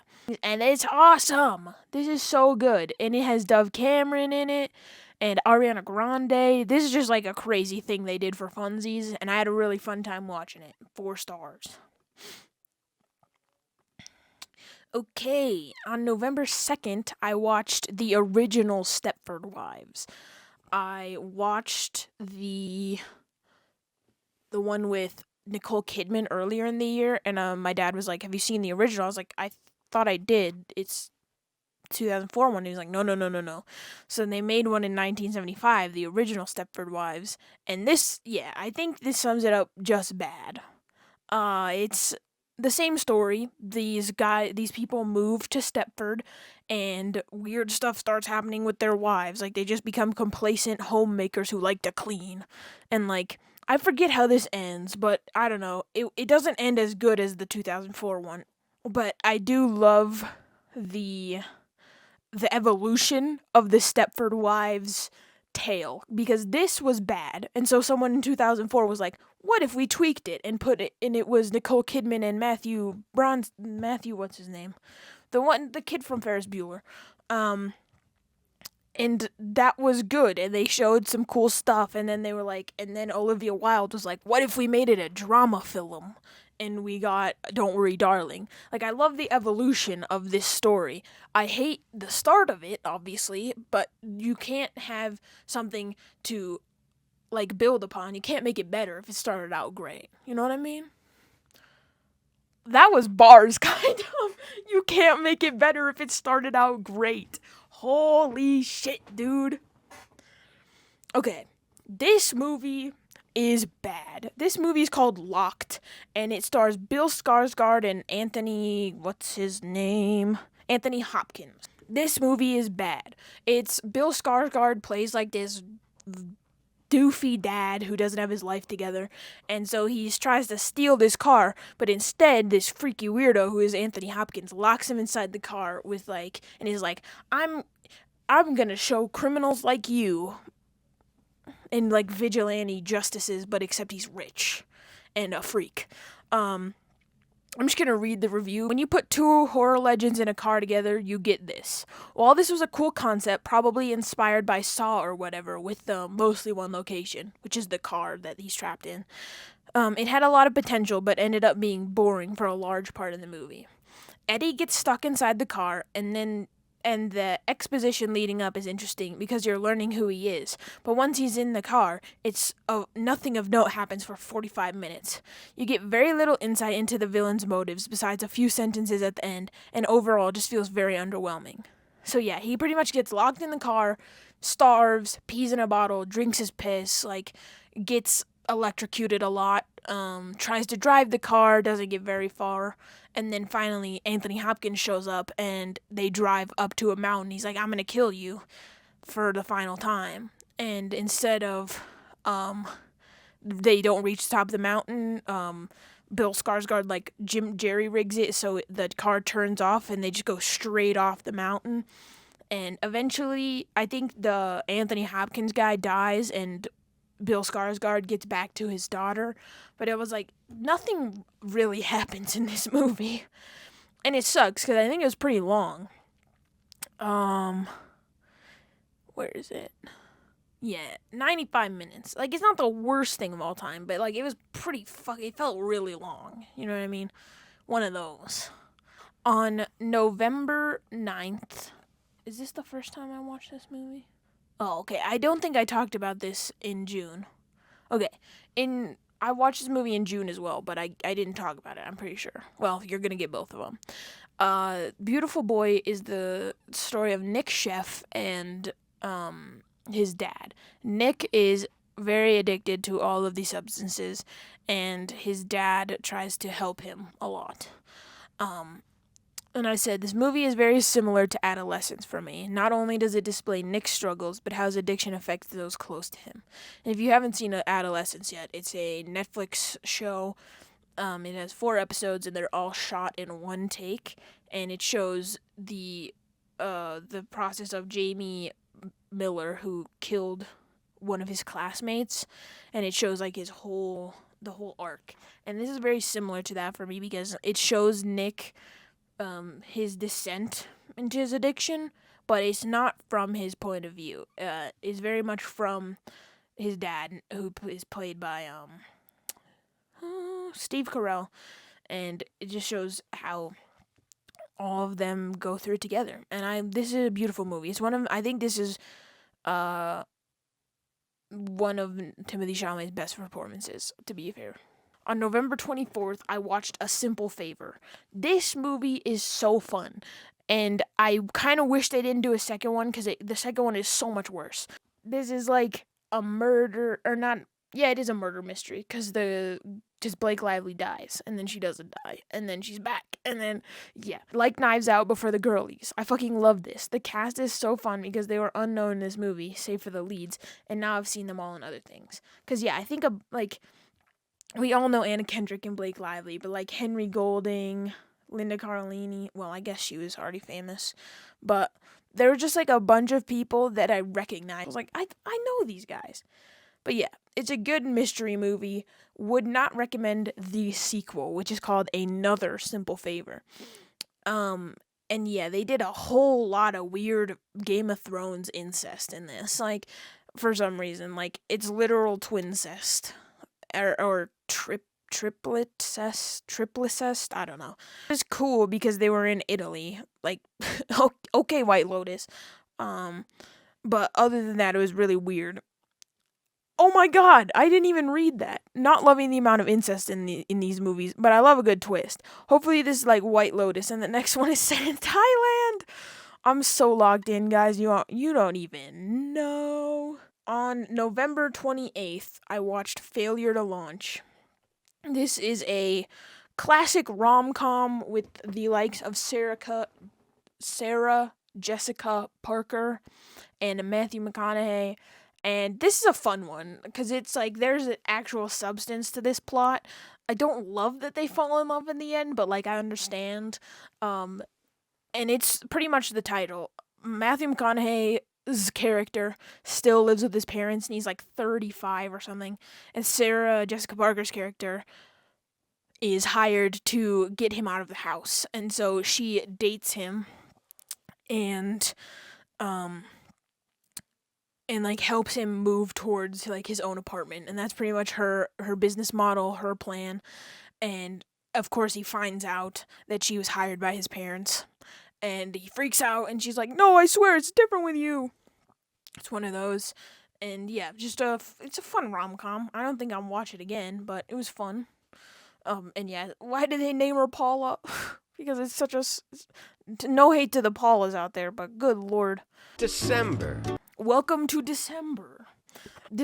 I watched a lot of movies I had seen already, but also I tried to watch a movie off my watch list every day because Letterboxd introduced a feature where you can shuffle your watch list, and it made me watch a bunch of my watch list movies. So, I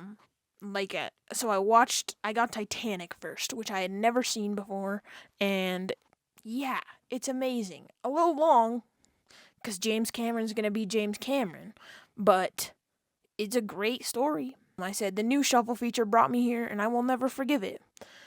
When I sat down, I kept getting sleepy because it does drag in the first act, but good lord, the action and the monologue hit hard, and in the finale, just wow. Very glad I finally watched this one. And yeah, I think we all know what Titanic's about. Jack and Rose meet on the Titanic, and Rose is a rich person, and Jack's in the lower decks, and they end up falling in love. And there's a necklace. The next movie I watched is called Past Lives. This is Celine Song's directorial debut, and I told my mom that I was watching this. She's like, "Oh my god, it's so good, you're gonna cry," and I didn't. This is another one of those where I can respect the story and also not understand it. I feel like that's a running theme with me, that it's like some things I can really understand, but some I didn't understand the subtext of this film. Because this is a really highly rated film, but I didn't understand it. I said, to what never was, and to everything it will always be. It always will be. Also, me and the Shuffle feature are best friends and arch enemies. Yeah, I was having fun with the Shuffle feature. And yeah, I give it 3.5 stars. It's the story of this girl called Nora, and she moves away from her hometown to Canada with her family and leaves in the past one of her first loves. And like 20 years later, she's married to this guy she met in the States, and her first love comes and visits her. And I think it's really a pretty story. I think I understand some of it, but I do not understand the end. The next movie I watched was Silver Linings Playbook. This was such a weird movie. It's the story of Bradley Cooper's character. He just gets out of jail for something, or he gets out of the mental hospital for something. I don't remember. And he's trying to get his life back together, and he meets this girl played by Jennifer Lawrence, and they help each other get their lives back together because she just got divorced and he just got out of jail. Oh, yeah, it was jail, I think. Cuz he like murdered someone ? And she's a dancer, so she convinces him to dance because she wants to compete in this competition. And yeah, I don't know. And then like they bet on football or something. I don't know. This movie is really weird. I said, what a silly movie to be her Oscar winner. I love Jennifer Lawrence, but did no other movies come out in 2012? And the answer was yes. Next movie I watched is Black Swan. This movie is insanity. This movie is so good. I just kept getting recommended Oscar-winning movies by the Shuffle feature, and I was not complaining. I got Titanic. I got what's the other one I want? Silver Lining Playbook, and did Past Lives? I don't know if Past Lives won any Oscars, but it should have. It was really good. But yeah, and also Natalie Portman won her Oscar for this. This is such a good movie. It's the story of this ballerina who strives for perfection, and she in the end gets it. And it's like a kind of a body horror thing going on, but it's mostly the story of her realizing that her perfection is something that she will always need to achieve to have her own happiness, and in that it is also destruction. I gave this 4 stars. I said my jaw has truly never been more on the floor. The next movie I watched off my watch list as well was The Nice Guys. This was a weird one. It's Russell Crowe, boo, and Ryan Gosling, yay.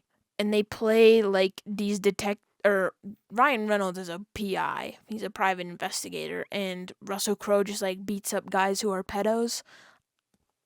I have no idea. And Margaret Qualley's there as well. I think this is how she got cast as a Manson girl, maybe. Because she just acts crazy in this movie. I don't know. It was really all over the place in terms of plot, but I guess it was entertaining. Because, I don't know. I said good idea, executed poorly, which I feel like can describe a lot of movies, so I gave it 2.5 stars. Hot Fuzz. I got recommended this movie by Kit Connor and Joe Locke because they did an interview a while back where they were like, Joe Locke was like, what's my comfort movie? and Kit was like, I don't know, and he was like, it's Hot Fuzz, and he's like, fuck off, it is not Hot Fuzz. I love Hot Fuzz, and we never talk about Hot Fuzz. And so I was like, I gotta watch this movie. And I had already seen Shaun of the Dead, so I was like, I'm already down. I just needed that little push by them. And so I said, thank you, Simon Pegg, for writing this. 2, I cannot believe Olivia Colman would go on to win an Oscar for portraying the Queen after this. Because in this, she's just like this, like, police officer who just wants tail. Like, it's just like, that's her whole thing, is like making raunchy jokes, and it's just awesome.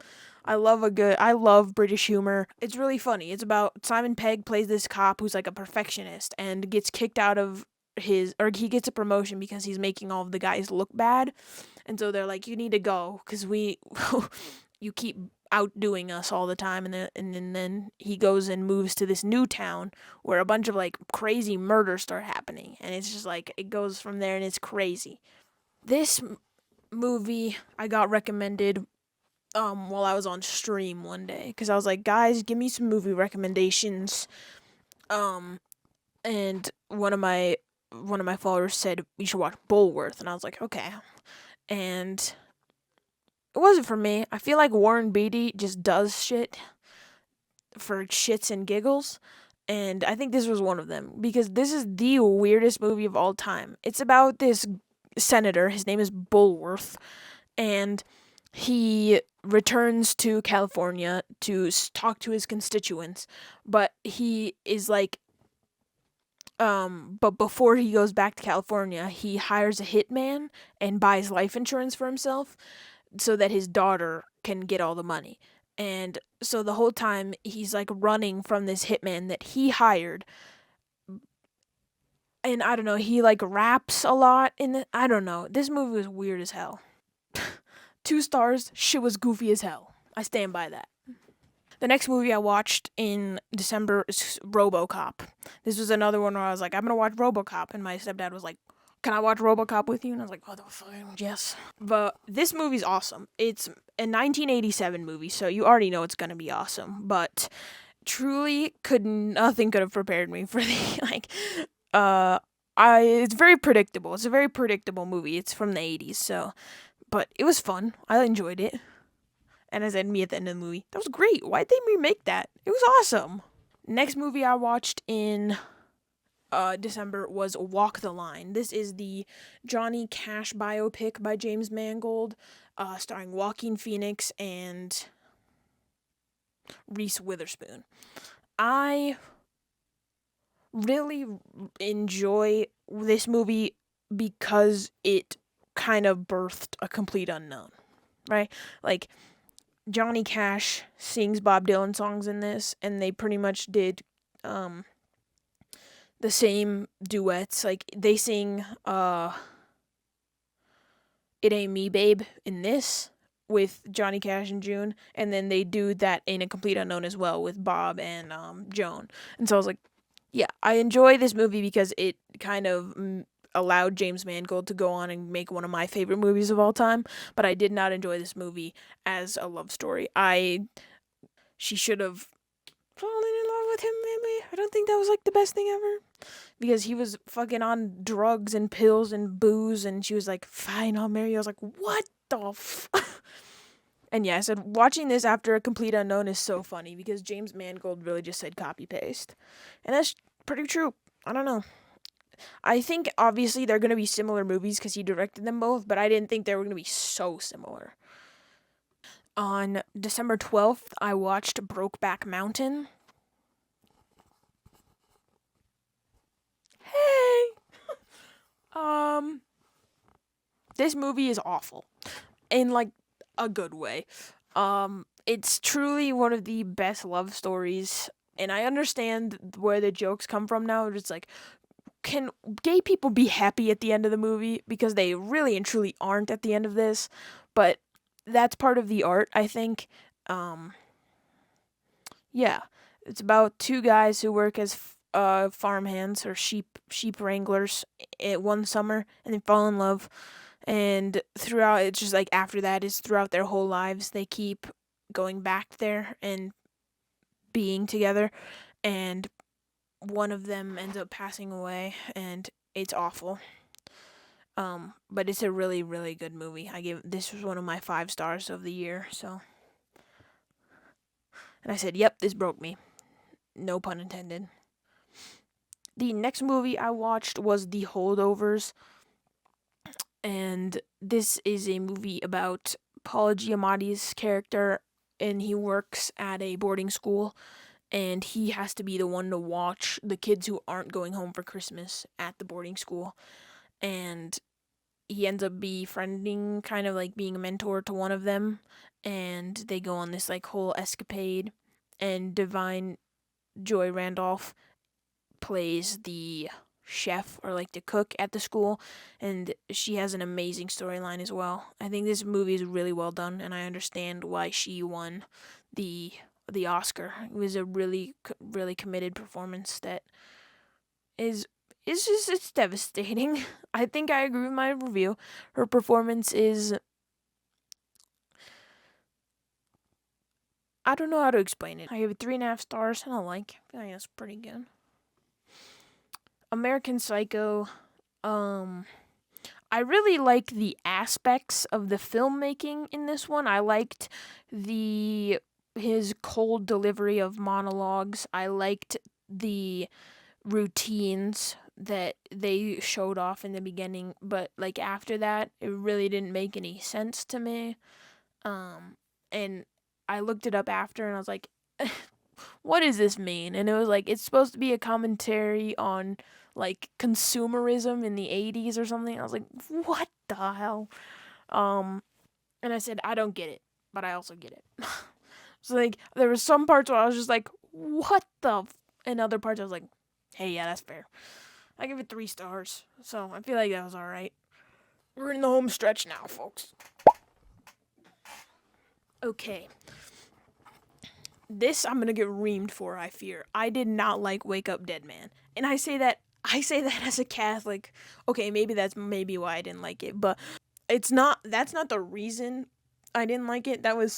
He actually does a really good job of portraying why priests are and should, like, why priests go into things, why priests should do some things and not others.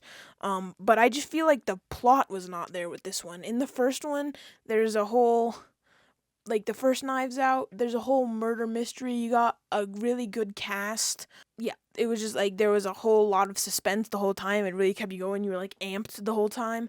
This and the second one is my favorite. Glass Onion is my favorite Knives Out. And yeah, this one is just weird. I don't think this cast was as good. I still like the cast. Like Glenn Close, Josh O'Connor, Kerry Washington, they just kind of fell flat.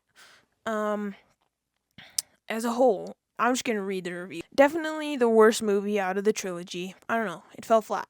The mystique of the previous Knives Out films lies in the absurdity, the uber richness of it all. This felt too down to earth, too lackluster. I got 1 like on this. Let's go.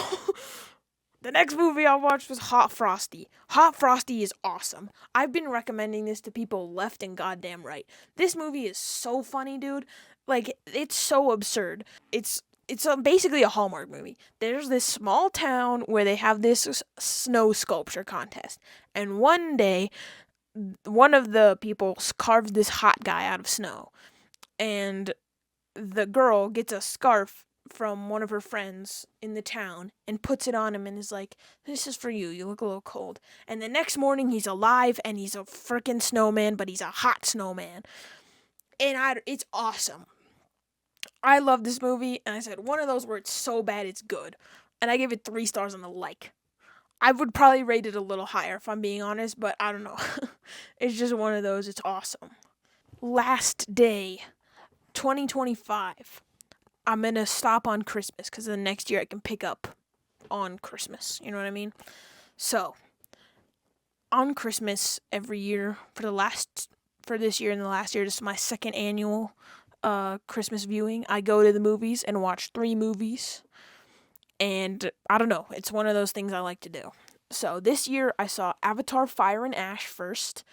And this is a great continuation of the story. I really liked that the Colonel has the same life trajectory as Jake Sully in the end, because he falls in love with an Avatar woman and starts converting himself into that lifestyle, whereas he was uh um being angry at Jake Sully for doing the same thing. I feel like it was very full circle.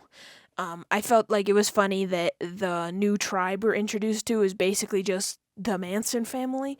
Like, they follow this woman around and do killing on her behalf, and it's just like, sure, I guess. And they do drugs, and I was like, this is hilarious. This is literally just the Manson family. But yeah, it was a good continuation of the story. A lot of things happen where you're like, you think everyone's just gonna die, and to be fair, a lot of people do die, but like, it felt correct to the story. Like, it wasn't just like, oh, and there goes another one. It was like, wow, that was a deeply meaningful addition to this story. And yeah, I gave it 4.5 stars. I feel like it would have been 5 stars if some of the scenes didn't look like video games. But hey, other than that, great movie. The next movie I watched was Wicked for Good. I missed about the first 30 minutes of this, I'm pretty sure, because Avatar was 3 hours and 10 minutes long. So I got into the theater when Bach is telling Nessa that he wants to leave, and he gets turned into the Tin Man. And that was where I joined the story. And yeah, I liked this movie. I gave it 4 stars, and I said I can be in no way objective about these movies. I love them so much because, yeah, it's probably not a great movie, but it's a great movie to me. I like this movie a lot. For Good will always make me cry, and that's just not that's just a fact. When I saw it on the stage, I cried too. So like, what are you gonna do? In the last movie, Marty Supreme. Now, I have a lot of thoughts about Marty Supreme, and almost none of them are good. I've seen a lot of people saying, like, this is Timothée Chalamet's performance of a lifetime, and this is the greatest, Josh Safdie's a visionary. This is the greatest movie of all time. Marty Supreme, Christmas Day. And I don't know. This is about Marty Mauser, a guy who wants to be a great ping pong player, and he, in the pursuit of greatness, just shits on everyone around him. He doesn't care about his mom, he doesn't care about his uncle, he doesn't care about the woman he impregnated, he doesn't care about the people he's affecting in any sense of the word. I feel like